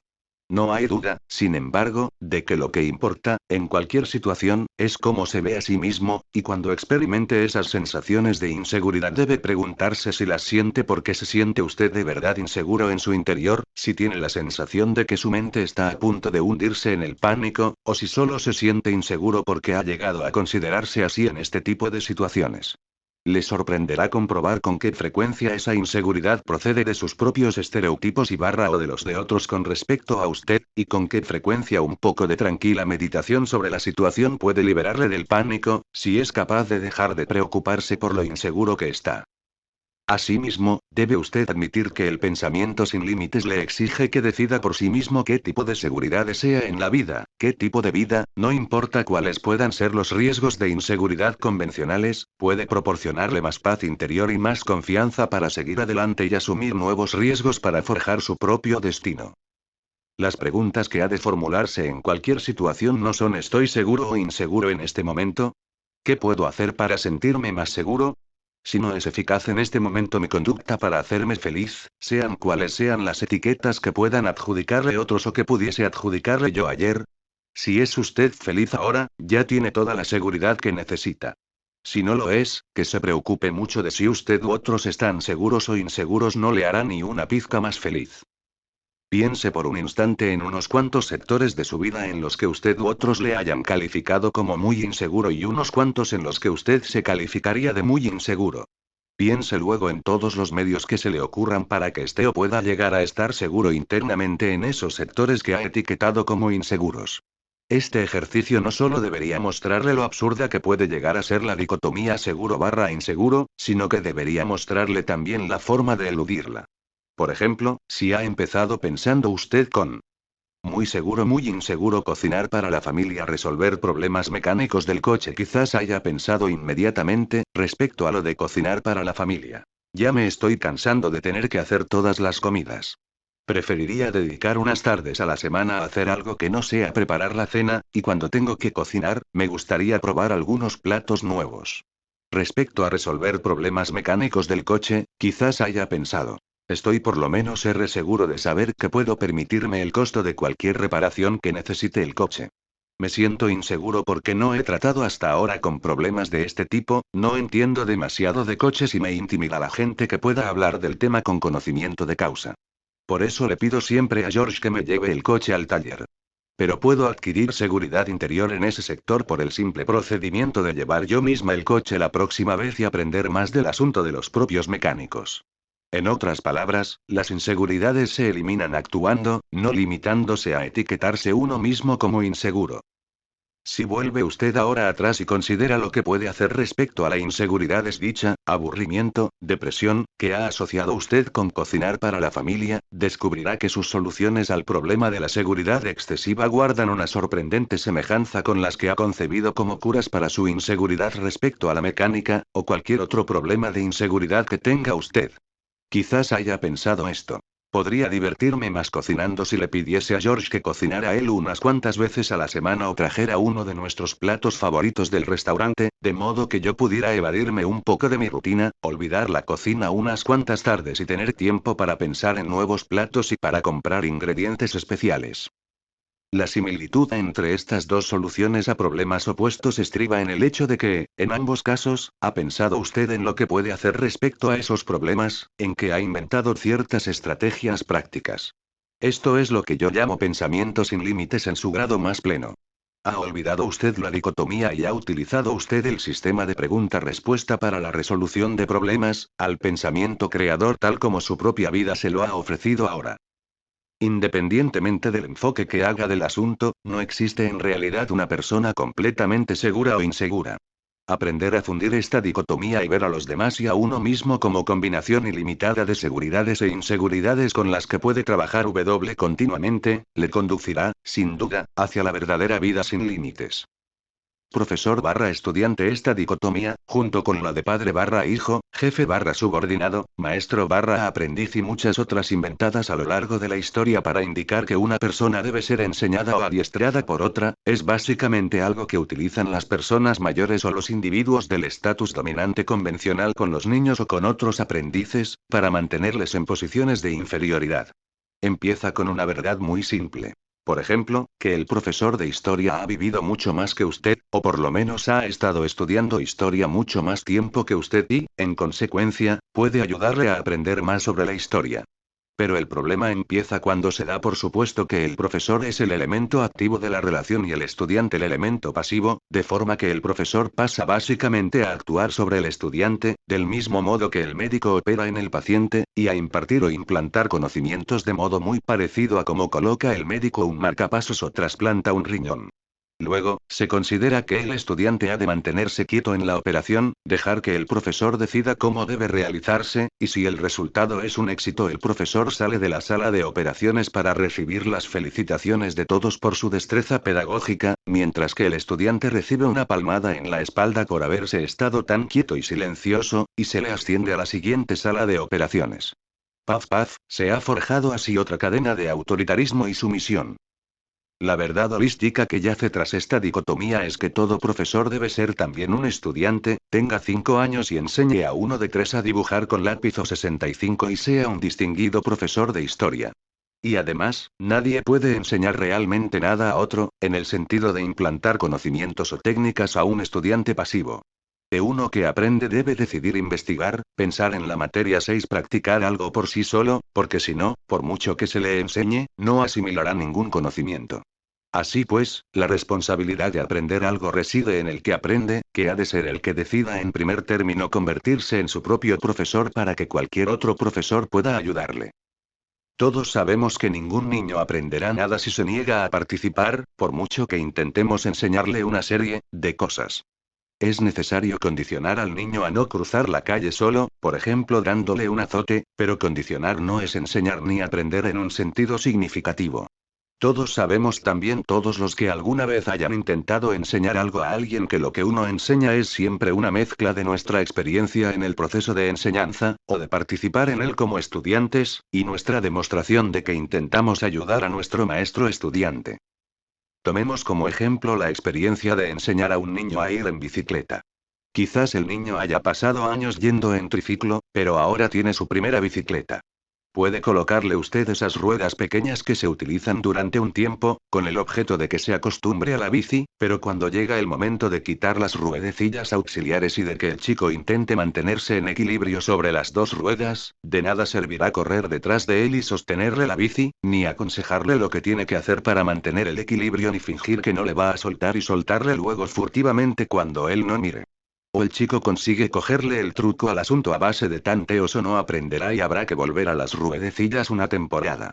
El profesor eficaz debe demostrar unas cuantas cosas. Por ejemplo, el modo de arrancar con impulso suficiente y de apretar el pedal con suficiente fuerza para poder mantenerse en equilibrio, debe enseñarle a apoyar un pie en el suelo y ladear la bici para parar y no caer si pierde el equilibrio, pero animará al estudiante a que sostenga él la bici, a que intente ponerla él en marcha y mantenerse en el sillín el máximo posible y a volver a intentarlo. No debe gritarle instrucciones contradictorias, interrumpiéndole cuando está intentando concentrarse. Si le parece que el chico se pone demasiado nervioso porque está usted allí y no puede concentrarse bien con usted delante, debe irse y dejar al aprendiz que aprenda solo. Por otra parte, puede reflexionar sobre lo que le ha enseñado a usted ese sistema de tanteo que ha utilizado para ayudar al chico a aprender a andar en bici. No dude de que le será muy útil esta reflexión para ayudar mejor a otro la próxima vez. Cuanto más se fomente la confianza en sí mismo del que aprende durante el proceso de aprendizaje, más eficaz será la enseñanza. Por el contrario, cuanta menos confianza en sí mismo se inculque al estudiante, más degenerará la enseñanza en mero condicionamiento autoritario. ¿Dónde está, pues, la dicotomía? Todo el objetivo de la enseñanza, de la educación, debiera ser ayudar a los estudiantes a convertirse en sus mejores profesores. A asumir pleno control de su aprendizaje. El profesor que aprende a ayudar a los estudiantes a asumir el control de sí mismos, aprende también más con cada esfuerzo de lo que es enseñar, y aprende de los estudiantes. Yo, siempre que daba un curso en la universidad, aprendía tanto del tema y de cómo piensan y se comportan los seres humanos de los estudiantes, como ellos aprendían de mí, y me convencí de que es una completa estupidez en realidad la dicotomía profesor/estudiante. Después de todo, puede que lo mejor que puede hacer un profesor es enseñar al alumno a serlo. Y, asimismo, lo mejor que puede hacer un padre es demostrar a los hijos lo que han de hacer para ser sus propios padres. Lo mejor que puede hacer un jefe es demostrar a sus empleados lo que han de hacer para ser sus propios jefes. Y lo mismo puede aplicarse a maestros y aprendices y en todos los demás casos. Para superar esa tendencia autoritaria a pensar que todas estas relaciones son vías de una sola dirección que exigen dominio/sumisión o suponen superioridad/inferioridad, basta hacer inventario de todas las relaciones de nuestra propia vida a las que se han adjudicado etiquetas profesor/estudiante o similares, e invertir los papeles y ver en qué medida es cierto que los estudiantes son profesores del profesor, o los profesores son estudiantes, en qué medida sus hijos son sus padres o viceversa, etc. Si lo hace usted verá cómo cambian sus ideas, cómo cambia toda su forma de pensar, cómo se suavizan sus actitudes a medida que desaparece la tensión que nacía de su anterior necesidad de representar tantos papeles artificiales de dominio o sumisión. Su conducta en estas relaciones se ajustará por sí misma para adaptarse a las nuevas ideas. El buen humor reemplazará a la angustia. El espíritu de cooperación a la rivalidad o el conflicto, y las cadenas autoritarismo/sumisión se convertirán en una red de verdaderas relaciones sin límites. No olvide que todo lo que sabe decidió aprenderlo usted, y que ningún profesor, por mucho talento que tuviera, podría obligarle a aprender algo que usted no quisiera aprender. Somos todos maestros y aprendices a la vez, en todos los momentos de la vida. Trabajo/diversión. Esta dicotomía es una de las más profundas y destructivas de nuestra cultura. Superarla constituye, en varios sentidos, la esencia del pensamiento sin límites, quizás el elemento singular de más alcance que pueda servirle para lograr la verdadera vida sin límites. ¿Cuántas veces, en cuántos sentidos, ha oído o dicho usted? Trabajar mucho y jugar poco convierten a Jack en un muchacho tonto. Trabaja mucho, diviértete mucho. Lo único que hago es trabajar, trabajar y trabajar. Bueno, se acabó la diversión, volvamos al trabajo. Nosotros somos miembros de la clase trabajadora. Ellos son miembros de la clase ociosa. Ahora todo es coser y cantar, pero espera que crezcas y verás lo que es el trabajo. Concretando, ¿con qué rigidez divide usted su tiempo entre esas cosas placenteras que clasifica como diversión u ocio y la rutina miserable que considera trabajo? ¿Hasta qué punto considera su trabajo primario, su empleo o profesión, sea usted fontanero, ama de casa, ejecutivo, publicitario o estudiante, como algo que se ve obligado a hacer porque tiene que ganarse la vida, o algo en lo que desea usted desesperadamente triunfar para poder hacerse rico y retirarse pronto y no tener que trabajar más? ¿Hasta qué punto se considera usted un esclavo del trabajo, sea este lavar los platos, segar el césped, construir un puente o escribir un artículo para un periódico? ¿Hasta qué punto ha aceptado usted la idea de que la diversión es una recompensa por acabar el trabajo, ya sea usted un estudiante al que han amenazado con no dejarle libre el tiempo de recreo si no acaba los deberes, o un hombre de negocios que trabaja duro 50 semanas al año, en parte por sus vacaciones de 2 semanas? En resumen, ¿hasta qué punto cree usted que lo que es trabajo no puede ser diversión y lo que es diversión no puede ser trabajo? Cambiar de actitud respecto a la dicotomía trabajo/diversión supone algo más que el simple etiquetar lo que disfrutamos como diversión y lo que detestamos como trabajo. En realidad, cambiar nuestra forma de utilizar las palabras de nada servirá si no hacemos otra cosa, pero el considerar si una actividad cualquiera puede llamarse trabajo en su mejor nivel y no puede llamarse también diversión, eso sí puede llevarnos justamente a la superación de esta dicotomía. Considere lo que podría significar hacer su trabajo al mejor nivel. Puede pensar inmediatamente. Trabajar al mejor nivel es, por ejemplo, escribir el mejor informe de mi vida, un informe que mi jefe y los clientes digan que es exactamente lo que necesitan, o algo parecido. Puede pensar también. Eso no tiene nada que ver con el hecho de si me divertí o sufrí muchísimo mientras lo escribía. Piénselo otra vez. Puede que haya dado usted por supuesto lo siguiente. Que su trabajo es el producto que usted produce, el servicio que presta, o lo que sea, no la actividad de trabajar. No hay duda de que parte de lo que quiere usted decir con lo de mi mejor trabajo puede ser el mejor poema que he escrito en mi vida, o cualquier otra cosa. Pero el significado de toda la palabra cuando la aplica usted a su vida, debe incluir su valoración de lo bien que lo pasó trabajando, o en qué medida su trabajo fue también diversión. En este sentido es en el que usted dice, el mejor trabajo que hice en mi vida, realmente, lo que sea, porque disfruté haciéndolo, disfruté del trabajo, me agradaba muchísimo la gente, lo pasé muy bien y me resultó todo muy interesante y muy estimulante. Si concuerda usted en que su trabajo debe significar tanto la actividad como el producto, entonces puede usted ver de inmediato que el trabajo en su nivel mejor o más alto debe ser una combinación de trabajo y diversión. Puede usted denominar trabajo si quiere a cualquier tipo de rutina o actividad que se haya resignado a odiar, siempre que decida encontrar algún medio de disfrutar de ese trabajo o bien dejarlo. Lo que es decisivo es que no considere ninguna actividad como rutina odiosa solo porque usted u otros la hayan etiquetado como trabajo, y no se resigne a padecer mientras lo hace, debido a la etiqueta que se le ha asignado. Si tiene usted verdadero interés por la vida sin límites, ha de aceptar que el único tipo de trabajo que le interesa es el trabajo a su mejor y más alto nivel en todos los sentidos, y que primero tiene que lograr ser capaz de hacer que todas sus actividades laborales se conviertan en diversión o juego. ¿Y cómo se originó en realidad esta dicotomía absurda? ¿Cómo llegaron a aceptar algunas personas que hay trabajo y hay diversión y que hay que dedicar la mayor parte del tiempo a trabajar para poder gozar del resto del tiempo, siempre que pueda uno permitírselo, divirtiéndose, que la diversión es la recompensa por el trabajo duro? Creo que para la mayoría la cosa empezó ya en la escuela, cuando los padres insistían en que sus hijos tenían que empezar pronto a trabajar en la casa, les asignaban numerosas tareas o deberes y les transmitían a la vez la idea de que era horroroso lavar los platos o cortar el césped. Quizá les dijesen a los niños que si querían vivir en familia tenían que hacer su parte del trabajo, justificando esta política sobre la base de que no hacían más que preparar a sus hijos para la escuela, o la vida, tal como es. Pero para la mayoría es muy probable que todo empezara en la escuela, donde los profesores llamaban a ciertos períodos de recreo y procuraban que supiésemos muy bien que cuando empezaba la clase el profesor era otra vez el jefe, y que no teníamos motivo alguno para esperar disfrutar, porque aquello era tiempo de trabajo, tiempo en el que se nos condicionaba a la idea de que trabajo y diversión eran muy, pero que muy distintos. Ahora bien, ¿cuál es la ventaja autoritaria de este tipo de dicotomía, que tanto los estudiantes como los profesores autoritarios aceptan y barra o promueven? Creo que es exactamente que si la diversión puede separarse del trabajo de modo que su diversión dependa de lo bien que actúe usted según el juicio de los que mandan, entonces los que mandan cuentan con otra recompensa que pueden otorgarle o no a usted a voluntad, y han encontrado un medio más para manipularle. Es decir, son los que mandan los que le dicen cuando tiene el derecho de divertirse. La clave para superar esta dicotomía es tomar conciencia que su capacidad para unir trabajo y diversión en todo lo que hace es algo que nadie puede quitarle excepto si incautamente lo cede.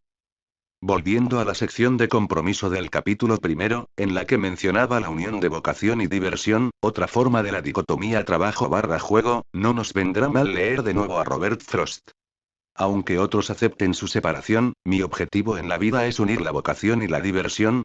Lo que el poeta quiere decir aquí es que vocación y diversión eran originariamente una misma cosa, por lo menos en su pensamiento, y que algunas personas han aceptado su separación, o han cedido ante la idea, autoritaria, de que para el adulto maduro trabajo y juego deben estar en realidad separados, deben ser incluso actividades que se excluyan mutuamente.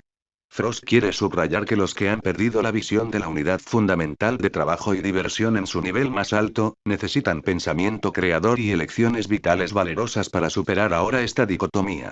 No importa si usted recuerda cuando existía una unidad entre trabajo y diversión en su propia historia personal o no, aunque quizá recuerde usted todo lo que tuvo que trabajar para construir aquella cabaña o para hacer aquel maravilloso castillo de arena, y cómo disfrutó y se entusiasmó haciéndolos. Lo que ahora importa es que pase usted a hacer que todo lo que etiqueta como trabajo y todo lo que etiqueta como diversión se conviertan en la globalidad trabajo y diversión en su historia personal a partir de ahora. No tiene que alterar su diversión para convertirla en trabajo en el sentido en que estoy hablando. Lo único que tiene que hacer es reconocer que trabaja usted siempre cuando en realidad está divirtiéndose. Por ejemplo, si está usted totalmente entregado a un partido de tenis, ¿no está trabajando como individuo total? Corre usted de un lado a otro, su cuerpo y su raqueta, juegan con la pelota coordinados al máximo con el pensamiento. Está aprendiendo y fortaleciéndose y mejorando su juego a cada instante. Siempre que esté pensando en el juego y no preocupándose por él. ¿Hasta qué punto no está usted trabajando? ¿No está usted parado, como el reloj que ha dejado de funcionar, del que decimos? Se ha parado. Tengo que mandarlo a arreglar. Por otra parte, ¿está usted esforzándose al máximo tanto física como mentalmente, si es que quiere usted distinguir entre las dos cosas? Después quizá diga usted incluso, estoy agotado. Durante esta actividad que le han condicionado a llamar diversión, ha hecho todo lo que cualquiera puede asociar con el trabajo. Asimismo, cuando ha hallado usted el medio de convertir su trabajo diario, o su profesión, en diversión, requiera o no su trabajo mucha actividad física, está haciendo, sin duda, a la vez, todo lo que es característico tanto del trabajo como de la diversión o del juego. Recordará usted que, cuando hablábamos de compromiso, dije que afortunadamente la unión de vocación barra diversión o de trabajo barra juego no depende de la capacidad que tenga usted para conseguir el trabajo que le gusta, sino de su capacidad para disfrutar del trabajo que consiga. Por supuesto, usted desea conseguir el trabajo que a usted le parece que le va a gustar. ¿Qué mejor medio de asegurar que va usted a disfrutar del trabajo que consiga? Pero en cuanto a esos trabajos que usted ha decidido hacer, e incluso con los platos sucios, usted decide lavarlos después de utilizarlos. Podría usted haber comido en la misma cacerola, o haber comprado comidas hechas de las de la televisión. ¿Por qué no ser lo más creador posible en la tarea de convertir esos trabajos en juego y diversión? ¿Por qué aceptar la idea de que de 9 a 5 tiene que ser un período aburrido y rutinario porque es un período de trabajo y la diversión viene después? ¿Por qué ir a trabajar cada día con el prejuicio de que se ha acabado ya la diversión? ¿Por qué ser ese basurero hosco que arrastra despreocupadamente los cubos de basura y dejar caer en la calle la mitad porque no puede convertir su trabajo en diversión? ¿Por qué no ser el basurero que siempre es afable y limpio, al que le resulta fascinante comprobar lo que la gente tira a la basura y piensa en lo que dirán de esa basura los arqueólogos del futuro, ese que habla del nuevo centro de reciclaje de desperdicios? Sea lo que considere usted ahora trabajo en el sentido negativo, sea cortar el césped, lavar los platos, entregar el informe a tiempo, sentarse detrás del proyector de cine 8 horas seguidas sin nada más que hacer que cambiar los rollos cada media hora, puede hallar un medio de entregarse por completo a esa tarea y de que esa tarea le fascine durante todo el tiempo que está realizándola. En fin, lavar los platos, retirar la basura, ir a trabajar todos los días, son condiciones necesarias de su vida. ¿Las convierte eso automáticamente en trabajo y no diversión? Nada de eso. Si decide usted sus propias actitudes respecto a todo eso sin permitir que se introduzcan dicotomías artificiales trabajo barra diversión, verá que lavar los platos puede ser muy bien tiempo de diversión, el momento de recordar cuánto disfrutó de la comida que tomó en esos platos. Para entregarse a sus pensamientos y reflexiones personales mientras ve cómo fluye el agua y ve sus manos y va limpiando esos buenos y queridos platos otra vez para la comida de mañana. Para escuchar su música favorita, charlar con la familia, meditar simplemente o cualquier otra cosa que suponga diversión o recreo. Otra palabra que define la idea juego y trabajo en su más alto grado, pues significa autorrecreación. Lo maravilloso de la actitud holística renovada hacia trabajo y diversión será, en definitiva, que cuanto más aprenda usted a divertirse con su trabajo, su profesión sobre todo, mejor serán, lógicamente, los productos de su trabajo sin que usted se preocupe en absoluto por él. Es decir, su informe como producto no puede, sin duda, ser peor, y yo creo que será inevitablemente mejor a los ojos de los demás si se permite usted jugar con él, disfrutar escribiéndolo. Sus semanas de vacaciones serán mucho mejores si no tiene usted la sensación de que ha sacrificado un año de duro y gravoso trabajo por ellas, y si no se siente obligado a compensar en ellas a toda costa todo ese año de trabajo. Por supuesto, quizá tenga usted que rechazar a veces algunas supuestas actividades de trabajo o diversión que otros han intentado ilegalmente imponerle. Puede que su jefe sea un autoritario implacable que no le conceda a usted la menor opción de desarrollo y que parezca esforzarse al máximo por convertir su vida en un infierno. Puede que usted no quiera jugar en realidad al tenis esta tarde y que alguien esté intentando arrastrarlo a toda costa a la pista. En ese caso, rechace usted la actividad. Deje su trabajo sean cuales sean los riesgos, o diga, no, ¿qué demonios? No voy a jugar al tenis esta tarde. Pero sea cual sea su decisión en una situación concreta, si quiere gozar usted del trabajo sin límites y de la diversión sin límites en su más alto grado, ha de recordar que no puede disfrutar de una cosa sin la otra, y que cuando ha conseguido usted una también que ha conseguido la otra. El propio Robert Frost explicó lo que quería decir en Two Trams in Mood Time. Tenía vocación de poeta. Su diversión era escribir poesía. Creo que toda su obra poética, todo su legado de pensamientos bellos y veraces, resuena tan profundamente en los oídos de tantas personas razonables solo por el hecho de que logró captar esa unidad fundamental de juego y trabajo en su propia vida y porque logró crearla para sí mismo. Parodiando a otro poeta sin límites. Trabajo es juego, juego es trabajo. Eso es todo lo que aprendes en el mundo y todo lo que necesitas aprender. Amor/odio. Los autoritarios tienen una firme tendencia a dividir el mundo en cosas y personas que aman, y cosas y personas que odian, desprecian y condenan. Amo a mi patria. Odio a esos miserables que toman lo que la patria les da y luego se niegan a defenderla cuando llega el momento, esos tipos que están contra el reclutamiento. Amo a mi familia. Odio a ese tipo que vive enfrente. Me gustan las casas antiguas del centro de la ciudad, pero detesto esas otras nuevas que están construyendo. Me encanta trabajar en el jardín, pero me fastidia limpiar el sótano. Esta tendencia refleja la intolerancia del autoritario respecto a la ambigüedad y su necesidad de dicotomizar a toda costa, aunque el resultado suele ser amor superficial y odio ciego que, si no es directamente peligroso, llena al menos al autoritario de contradicciones y le hace parecer con frecuencia un imbécil. Supongamos que dice usted. Quiero a mi familia, pero odio a esos tipos que toman todo lo que la patria les da y luego se niegan a defenderla. ¿Qué sucede si su hijo adolescente, del que hasta ahora se siente usted tan orgulloso, y que va a una universidad muy buena, decide de pronto que es contrario al reclutamiento? Usted ha proclamado tantas veces lo mucho que odia a esa gente que ahora se ve obligado a odiarle como persona, a retirarle su amor, a menos que logre hacer cambiar de idea. Puede que intente usted por todos los medios hacerle cambiar de actitud, que le diga que no le dará más dinero si no recapacita, si no cambia de idea, pero tendrá muy pocas posibilidades de lograrlo. Su odio categórico va contra él de un modo muy personal y emotivo, y si usted no escucha sus razonamientos, ¿por qué va a escuchar él sus gritos? Además, si cede y renuncia a sus convicciones por las amenazas de usted, ¿cómo va a poder sentirse usted luego orgulloso de él? Ese odio categórico le encierra a usted en un callejón sin salida. Ya no puede decir. Bueno, odio a todos esos tipos, salvo a mi propio hijo, pues eso sería una falta total de coherencia. El único medio coherente y político de librarse a ese odio categórico y poder discrepar firmemente de él sin sentirse mal, es intentar razonar con él lo mejor que pueda, reconsiderar los pros y los contras del reclutamiento del mejor modo posible juntos y, en último término, hacer cuanto pueda por llegar a un acuerdo. Aunque tarde 10 años, aún puede resultarle divertido intentarlo. Pero si es usted ya por principio un archiautoritario, tendrá más miedo a cambiar su actitud actual que a romper con esa familia a la que dice querer tanto. Repudiará a su propio hijo, le obligará a abandonar esa universidad de la que se siente usted tan orgulloso, y probablemente causará un disgusto tremendo a su esposa y a los demás miembros de la familia que pensarán que el amor que siente usted por los suyos ha de ser muy superficial si puede convertirse tan fácilmente en odio automático y repudio de uno de ellos.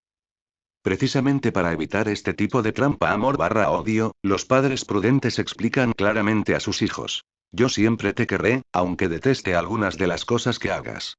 Con ese amor no condicionado, esos padres crean un espacio de maniobra mediante el cual pueden expresar una oposición firme e incluso odio hacia las acciones de sus hijos. Me mentiste, es mentira lo que me dijiste como disculpa por haber llegado tarde ayer del colegio. Esa conducta me parece detestable, lo que es distinto a decir. Te detesto a ti. No cabe duda de que es posible amar al individuo y detestar su conducta al mismo tiempo. Según mi experiencia, solo las familias que han adoptado alguna versión de esta actitud básica, esta fusión o conciliación de la dicotomía amor/odio se han mantenido unidas. Las familias en las que se daba por sobreentendido que si detestabas la conducta de una persona en un momento determinado detestabas también a esa persona, le retirabas tu amor, al mismo tiempo, se dispersaron todas como hojas al viento. Pensando un poco más en la naturaleza del odio, se ve claramente que es fútil odiar a una persona, a cualquiera, y probablemente sea igual de fútil odiar las acciones de una persona, por la simple razón de que el odio en sí mismo es una emoción de reacción, y no un estímulo a la acción constructiva, cuyo principal efecto es sepultar al que odia en un torbellino pasional, en la cólera, en la rabia, en la inmovilidad y en la irritación sorda que acompaña a la inercia o en el atolondramiento absolutamente ineficaz que acompaña al pánico. No cabe la menor duda de que los mejores soldados aliados de la Segunda Guerra Mundial no eran los que estaban obsesionados por la idea de odiar a todos los alemanes, sino los que decían: Alemania padece una espantosa enfermedad política, tan espantosa que moriré combatiéndola si hace falta y mataré a los alemanes que luchan por prolongarla si me veo obligado a ello, pero no odio a todos los alemanes, ni siquiera a todos los nazis. Mi misión es tanto salvar a Alemania de esta enfermedad como salvar al resto del mundo, y, en realidad, lucho codo con los alemanes que han intentado oponerse a ella de un modo u otro y han fracasado, a los que sostienen los mismos principios que yo. Esos fueron los que pudieron salir y hacer su tarea sin que su buen juicio o su eficacia se viesen mermados de alguna manera por los ruidos parásitos internos que engendra el odio. Los que estaban demasiado ocupados combatiendo la enfermedad o a la gente que la padecía. El mismo principio de amar a los propios familiares sin condiciones, como personas, aun cuando se vea uno obligado a oponerse sin condiciones a algunos de sus actos en un momento dado. La han ampliado muchos grandes pensadores religiosos a la idea de amar a todos los seres humanos sin condiciones, como si fuéramos todos miembros de una sola familia, aunque se vea uno obligado a oponerse hasta la muerte a lo que puedan hacer algunos en un momento dado. Esa es la esencia del pensamiento holístico. La razón es muy simple. Si tiene usted esperanzas, si posee una visión clara de lo maravillosa que puede en realidad ser la vida para usted, ¿por qué no mantener la misma esperanza para todos los demás? ¿Cómo puede llegar a alcanzar la humanidad alguna vez su capacidad plena de felicidad general si la gente no solo abandona toda esperanza respecto a los demás, sino que, al mismo tiempo, prescinde de cualquier esperanza propia, cosa que uno hace en parte cada vez que abandona toda esperanza respecto a otro? ¿Cómo podrá usted ayudar a alguien, ayudarse a sí mismo incluso, si agrupa a una parte de los seres humanos entre los que odia y a otra parte en los que ama? ¿No pueden todos aquellos a los que dice usted amar hacer tarde o temprano algo que detesta usted? ¿No puede hacer usted a sí mismo algo que los que estima y ama detesten y odien? ¿Querría usted que ellos le odiasen por ello?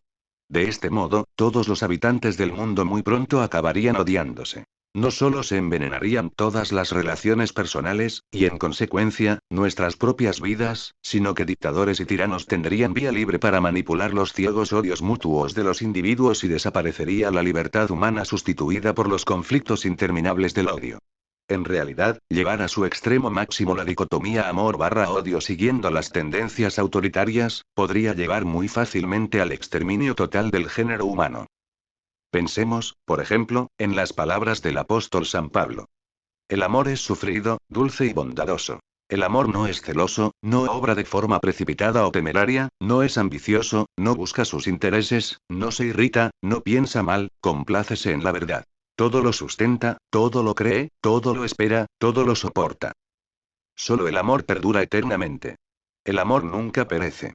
Las profecías se desvanecerán, las lenguas desaparecerán, la ciencia se acabará. Porque nuestro conocimiento es imperfecto, e imperfecta la profecía. Mas cuando llegue lo perfecto, desaparecerá lo imperfecto. Si está usted dispuesto a aceptarse como un individuo perfecto ahora, tal como le insté a hacerlo en el primer capítulo, tendrá que permitir usted que lo perfecto, la totalidad o la globalidad de su propio yo, surja ahora mismo, y tendrá que olvidar su odio paralizante hacia los demás, hacia cualquiera, usted mismo incluido. Abandonará usted lo imperfecto. Esas categorías amor/odio, en las que ha emplazado tantas cosas y a tantas personas, se desvanecerán, por el simple hecho de establecer la relación adecuada entre lo que usted ama y quiere nutrir y cultivar y lo que pueda usted odiar, lo que quiera usted eliminar del mundo, en su propia mente. Para mí, la relación adecuada es: puedo detestar lo que hacen los demás, pero no tengo por qué odiar nunca a otra persona. En consecuencia, amor y odio no están nunca realmente en conflicto en lo que se refiere a otras personas. Acepto que todo el mundo, incluido yo, hará lógicamente cosas que yo desapruebe en un momento u otro, y que a veces tendré que enfrentarme con ellos para que no las hagan.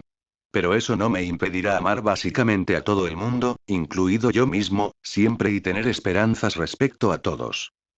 La superación de la dicotomía amor/odio en la propia vida personal es algo que han propugnado prácticamente todos los pensadores religiosos. Amarás a tu prójimo como a ti mismo. Toda la filosofía y la poesía realmente grandes pueden iluminar sin duda con nueva luz el significado del amor cada vez que se analizan.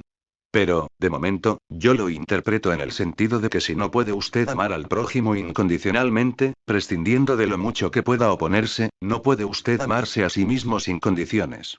Es decir, está usted destinado a amar a su prójimo exactamente en la misma medida en que se ama usted a sí mismo, sin que importe lo mucho o lo poco que sea. Si odia usted a su prójimo y se comporta de un modo dañino para la vida de ese prójimo, eso es una medida perfecta de lo mucho que se odia usted a sí mismo y de lo autodestructivo que es respecto a su propia vida. Lo último que he de decir es, la elección ha de hacerla usted mismo.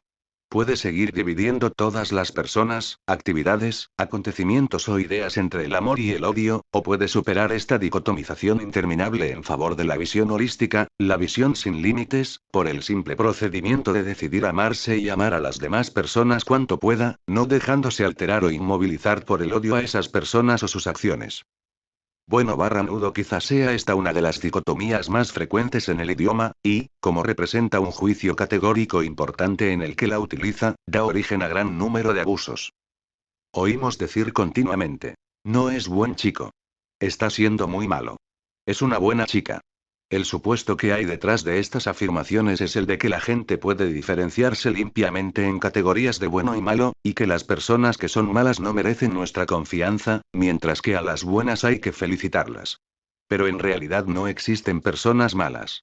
La idea de malo es un juicio moral, y la mala conducta de una persona es la buena conducta de otra y viceversa. Por tanto, las circunstancias influirán, la mayoría de las veces, en lo que se considera bueno o malo. En época de guerra, es malo evitar matar al enemigo, mientras que en época de paz es bueno evitar matar a toda costa. Pese al hecho de que el acto de matar sigue siendo el mismo en ambos casos, los juicios de bueno o malo están siempre cambiando, según el contexto de la conducta. Así que, según la rectitud de las leyes y de las autoridades legales de la jurisdicción en cuestión, usted, como jurado, por ejemplo, puede acabar extrayendo esta conclusión. Sí, desde el punto de vista técnico fue un asesinato, porque las leyes de este país prohíben matar a agentes de la Gestapo, sean cuales sean las circunstancias, y este hombre mató premeditadamente a ese agente que iba a llevarse a su familia a un campo de concentración. Pero no puedo condenar a este hombre por hacer eso, así que tendré que prescindir de la definición técnica y votar conforme a mi conciencia. Inocente. Un error básico de la dicotomía bueno/malo, y muy extendido además, es permitir irreflexivamente que leyes externas y convenciones sociales hagan juicios morales por nosotros según las reglas prefijadas. El sistema norteamericano de jurados así como el sistema judicial de otros países está organizado lo mejor posible para impedirlo, previendo que el jurado pueda votar lo que quiera sin tener que justificar su voto ante nadie y sin que haya posibilidad de que le llamen a rendir cuentas o de que le castiguen por ello. Pero, aún así, muchos jurados y jueces de todos los sectores de la vida no tienen, en el fondo, conciencia de ello y votan culpable solo porque el acusado ha violado la ley desde un punto de vista técnico. Así pues, sin que importen cuáles pueden haber sido las agobiantes circunstancias, ellos consideran que hay que defender a toda costa las leyes, sin considerar un instante que puedan cometerse graves injusticias con los individuos. Para superar este problema concreto de la dicotomía bueno/malo, debe usted recordar que toda persona es un compuesto de conductas buenas y malas, tal como se definen generalmente en nuestra cultura. En realidad, en cada ejemplo de conducta hay una mezcla de lo que llamamos bueno y malo, y aprender a superar esta dicotomía simplona y a examinar el contexto de la conducta es una forma de pensar muchísimo más amplia. Trascendemos la dicotomía cuando somos capaces de ver que bueno y malo son, en varios sentidos, la misma cosa. El delincuente que ha sido detenido por robo con escalo probablemente será calificado de malo. Pero es necesario que examinemos las circunstancias del delito. Esto no quiere decir que deba quedar impune el hecho, sino simplemente que puede ser decisivo analizar al delincuente para poder juzgar con equidad el delito, como en Los Miserables de Víctor Hugo, en que el culpable roba una hogaza de pan para poder alimentar a su familia hambrienta. ¿Diría usted que los refugiados que cruzan furtivamente la frontera para sobrevivir son todos malos porque intentan conservar la vida y mejorar su vida? Si estuviera usted en su piel, ¿cómo se comportaría? ¿No eran los primeros colonos que llegaron a Norteamérica simples refugiados que penetraban ilegalmente en tierras ajenas, en tierras de los indios? ¿Eran malos o buenos? Para trascender la dicotomía debe adoptar usted ese tipo de visión amplia que rechaza la clasificación de los individuos en estereotipos y que le aporta a usted elementos para hacer algo constructivo en la tarea de corregir lo que hay que corregir en nuestra cultura. En vez de limitarse a juzgar a personas y cosas en base a si son malas o buenas, es mucho más eficaz tener en cuenta todos los aspectos y pasar luego a emprender acciones constructivas. La costumbre actual de establecer etiquetas bueno barra malo no ayuda más que a mantener las cosas exactamente como están y a crear pequeñas y pulcras categorías de bueno y malo para encerrar en ellas a todo el mundo. En todas las conductas humanas hay una combinación de bueno y malo y lo más eficaz es evitar juicios y decirse uno a sí mismo. Bueno, quizá me equivoque, así que no adoptaré actitudes taxativas a ese respecto. Daré algunos ejemplos de juicios tipo bueno barra malo que carecen totalmente de sentido. Hace muy mal tiempo hoy, o fue un partido magnífico, pero el de la semana pasada fue horrible, u observaciones similares, en las que se limita usted a proyectar juicios sobre cosas que no son en sí mismas malas ni buenas. El tiempo es el tiempo, y por mucho que lo dicotomice usted, no lo cambiará, así que cuando dice usted que es malo, no hace más que expresar en voz alta su decisión personal de sentirse alterado por él, de permitir que le moleste. ¿Por qué no considerar hermosa la tormenta, adoptar el punto de vista holístico de que si todos los días fuesen claros y soleados la Tierra sería estéril, sería un erial, y gozar del tiempo tal como es? Asimismo, quizás haya pensado usted que el partido de la semana pasada fue horrible porque el resultado fue de empate a cero y no hubo jugadas espectaculares, mientras que el de esta semana fue bueno porque el resultado fue 5-0 a favor de su equipo, y hubo jugadas espectaculares.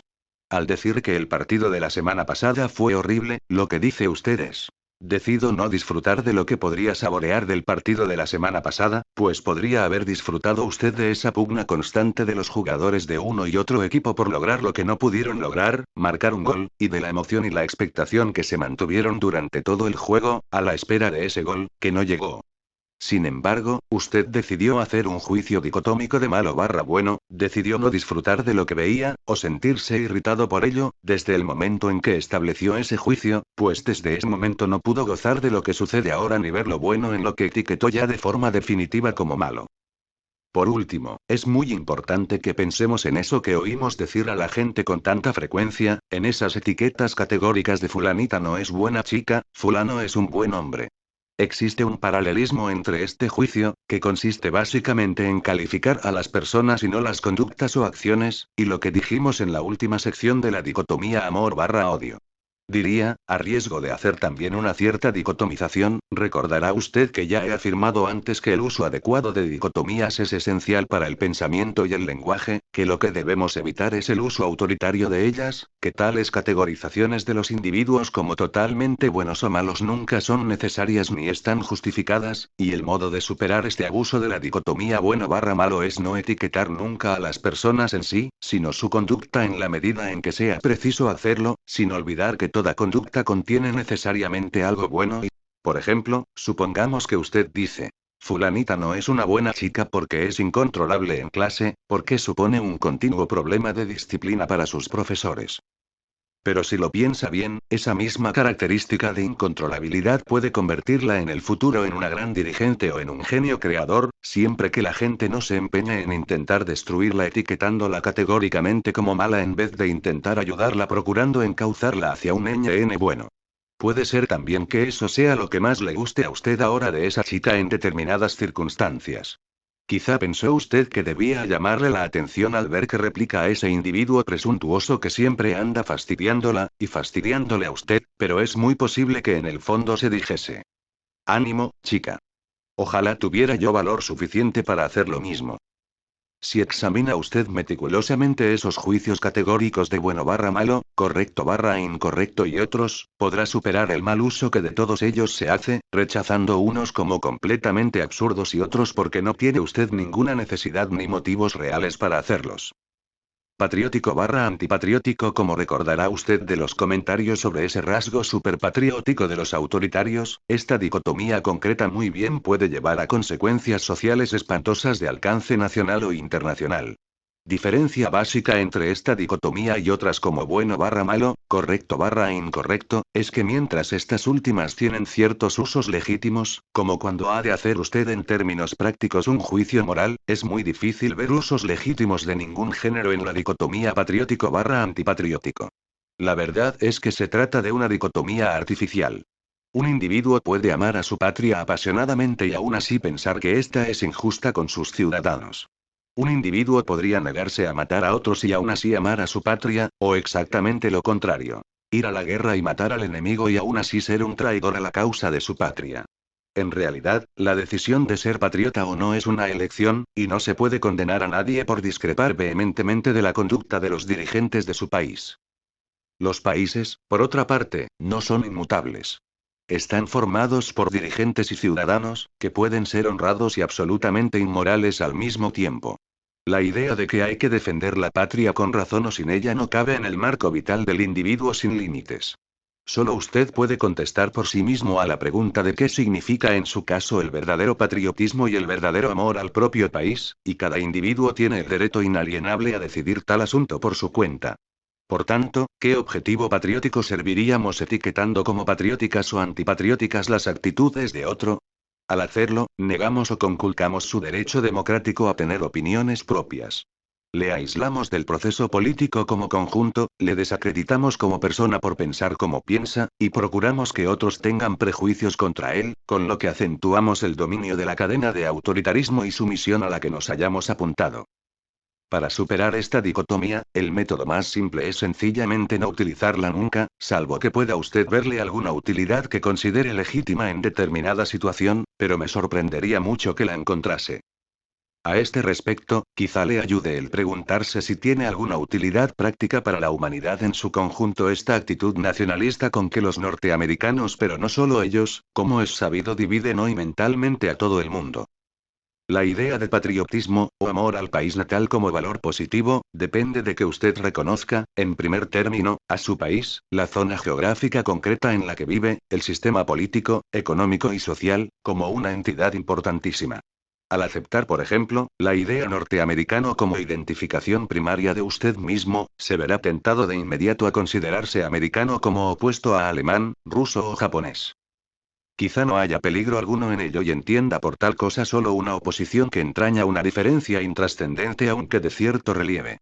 El que tenga usted quizás una determinada herencia cultural distinta de la de muchos rusos, o incluso el que vea usted a Estados Unidos empeñados en una lucha con la Unión Soviética, por ejemplo, para ver si nuestra filosofía política dominante puede permitirnos vivir mejor a los norteamericanos que a los rusos la suya. Pero si su identidad fundamental como norteamericano significa para usted que tenemos que derrotar a esos rusos cueste lo que cueste, si se considera usted básicamente parte de un país cuya obligación es ampliar los dominios del mundo libre, entendiendo por tal los territorios y esferas de influencia norteamericana, si define usted su patriotismo como amor a su país y odio a otros países o a sus habitantes, entonces se somete usted a la idea de que todo el planeta y todos sus habitantes, incluido usted, no son más que grandes peones de lo que el letrista de una canción llamó el juego patriótico, refiriéndose a la carnicería que provocó en Irlanda el patriotismo ciego. Venid todos, jóvenes rebeldes, y alistaos mientras yo canto. El amor a la patria es algo terrible. Borra el miedo con la velocidad de una llama y te mata del todo en el juego patriótico. Y ahora estoy tendido, el cuerpo lleno de agujeros. Pienso en esos traidores que pactaron y vendieron. Lamento que mi fusil no haya hecho lo mismo con los traidores que se vendieron en el juego patriótico. Esta canción, amargamente irónica, nos mueve a preguntarnos qué es ese juego del supuesto patriotismo.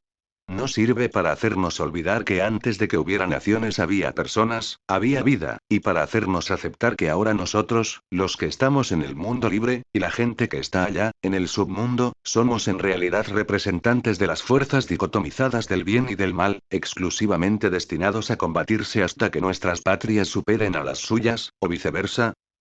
La ampliación natural de la tendencia a identificarse con la patria en cualquier sentido primario es la tendencia a dicotomizar arbitrariamente el mundo entero en líneas de combatientes, y a oponerse en el propio pensamiento a masas inmensas del resto de la humanidad en algo que, según mi opinión, carece por completo de base real.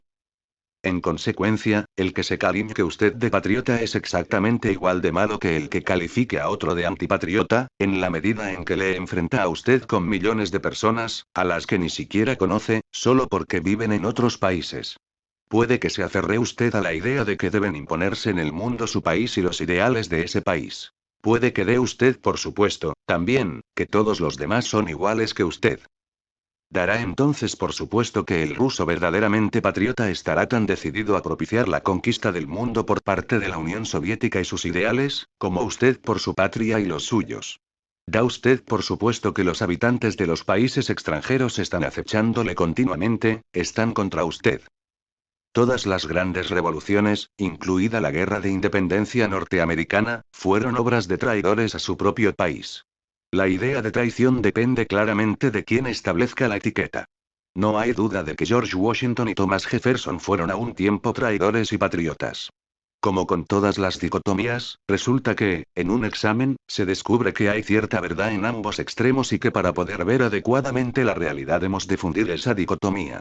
El individuo se siente comprometido con verdades internas y nunca está limitado internamente por esas barreras artificiales que llevan a la dicotomía patriota/traidor. Por tanto, para superar la dicotomía patriota/antipatriota, creo que lo mejor es olvidarla, no utilizarla nunca y, además, olvidar esa terca insistencia en que un norteamericano, o lo que se considere usted a sí mismo, es algo opuesto a un miembro de otra nación o de otra cultura. Concíbase usted como un ser humano entre todos los millones de seres humanos que pueblan el planeta. Un individuo global y sin límites. Nosotros/ellos. Esta última dicotomía representa el resultado mal de toda la dicotomización autoritaria, que consiste en dividir el mundo en todas esas personas a las que considera a su lado y todas aquellas que están contra usted.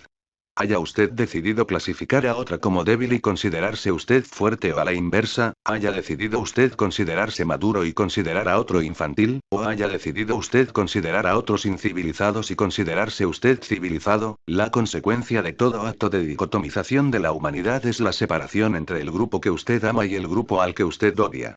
Es colocar a los que etiqueta como buenos frente a los que etiqueta como malos, y eso engendra en general todo género de divisiones artificiales innecesarias, y con frecuencia peligrosas, entre usted y esos otros seres humanos que ocupan con usted este planeta.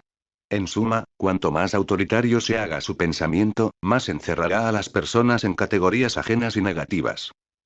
Cuando opta usted por la dicotomía nosotros/ellos, empieza precisamente en ese momento a pensar del modo siguiente, con todos los prejuicios obvios inherentes a esta actitud.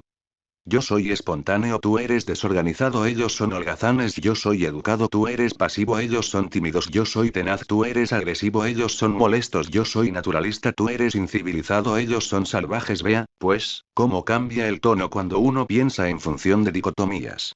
Recurre usted simplemente a un concepto menos halagador para describir el mismo tipo de conducta. Pero la dicotomía produce un tipo de división nosotros/ellos que, en vez de unir a los individuos, los separa.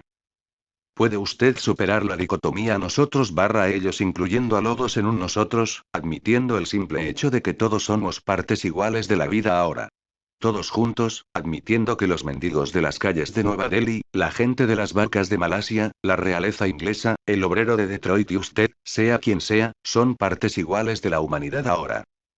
Todas las dicotomías aquí enumeradas, y otras que pueden surgir mientras procura usted eliminar este tipo de pensamiento disgregante, son tendencias que llevan a la separación y no a la unidad, a la escisión y no a la integración holística, y que subrayan las diferencias en vez de intentar resolverlas.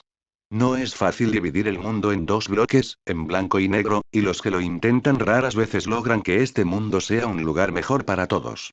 El mundo se mueve siempre en el gris, y si usted pretende diferenciarlo taxativamente, en lo negro y lo blanco, no hará más que engañarse a sí mismo.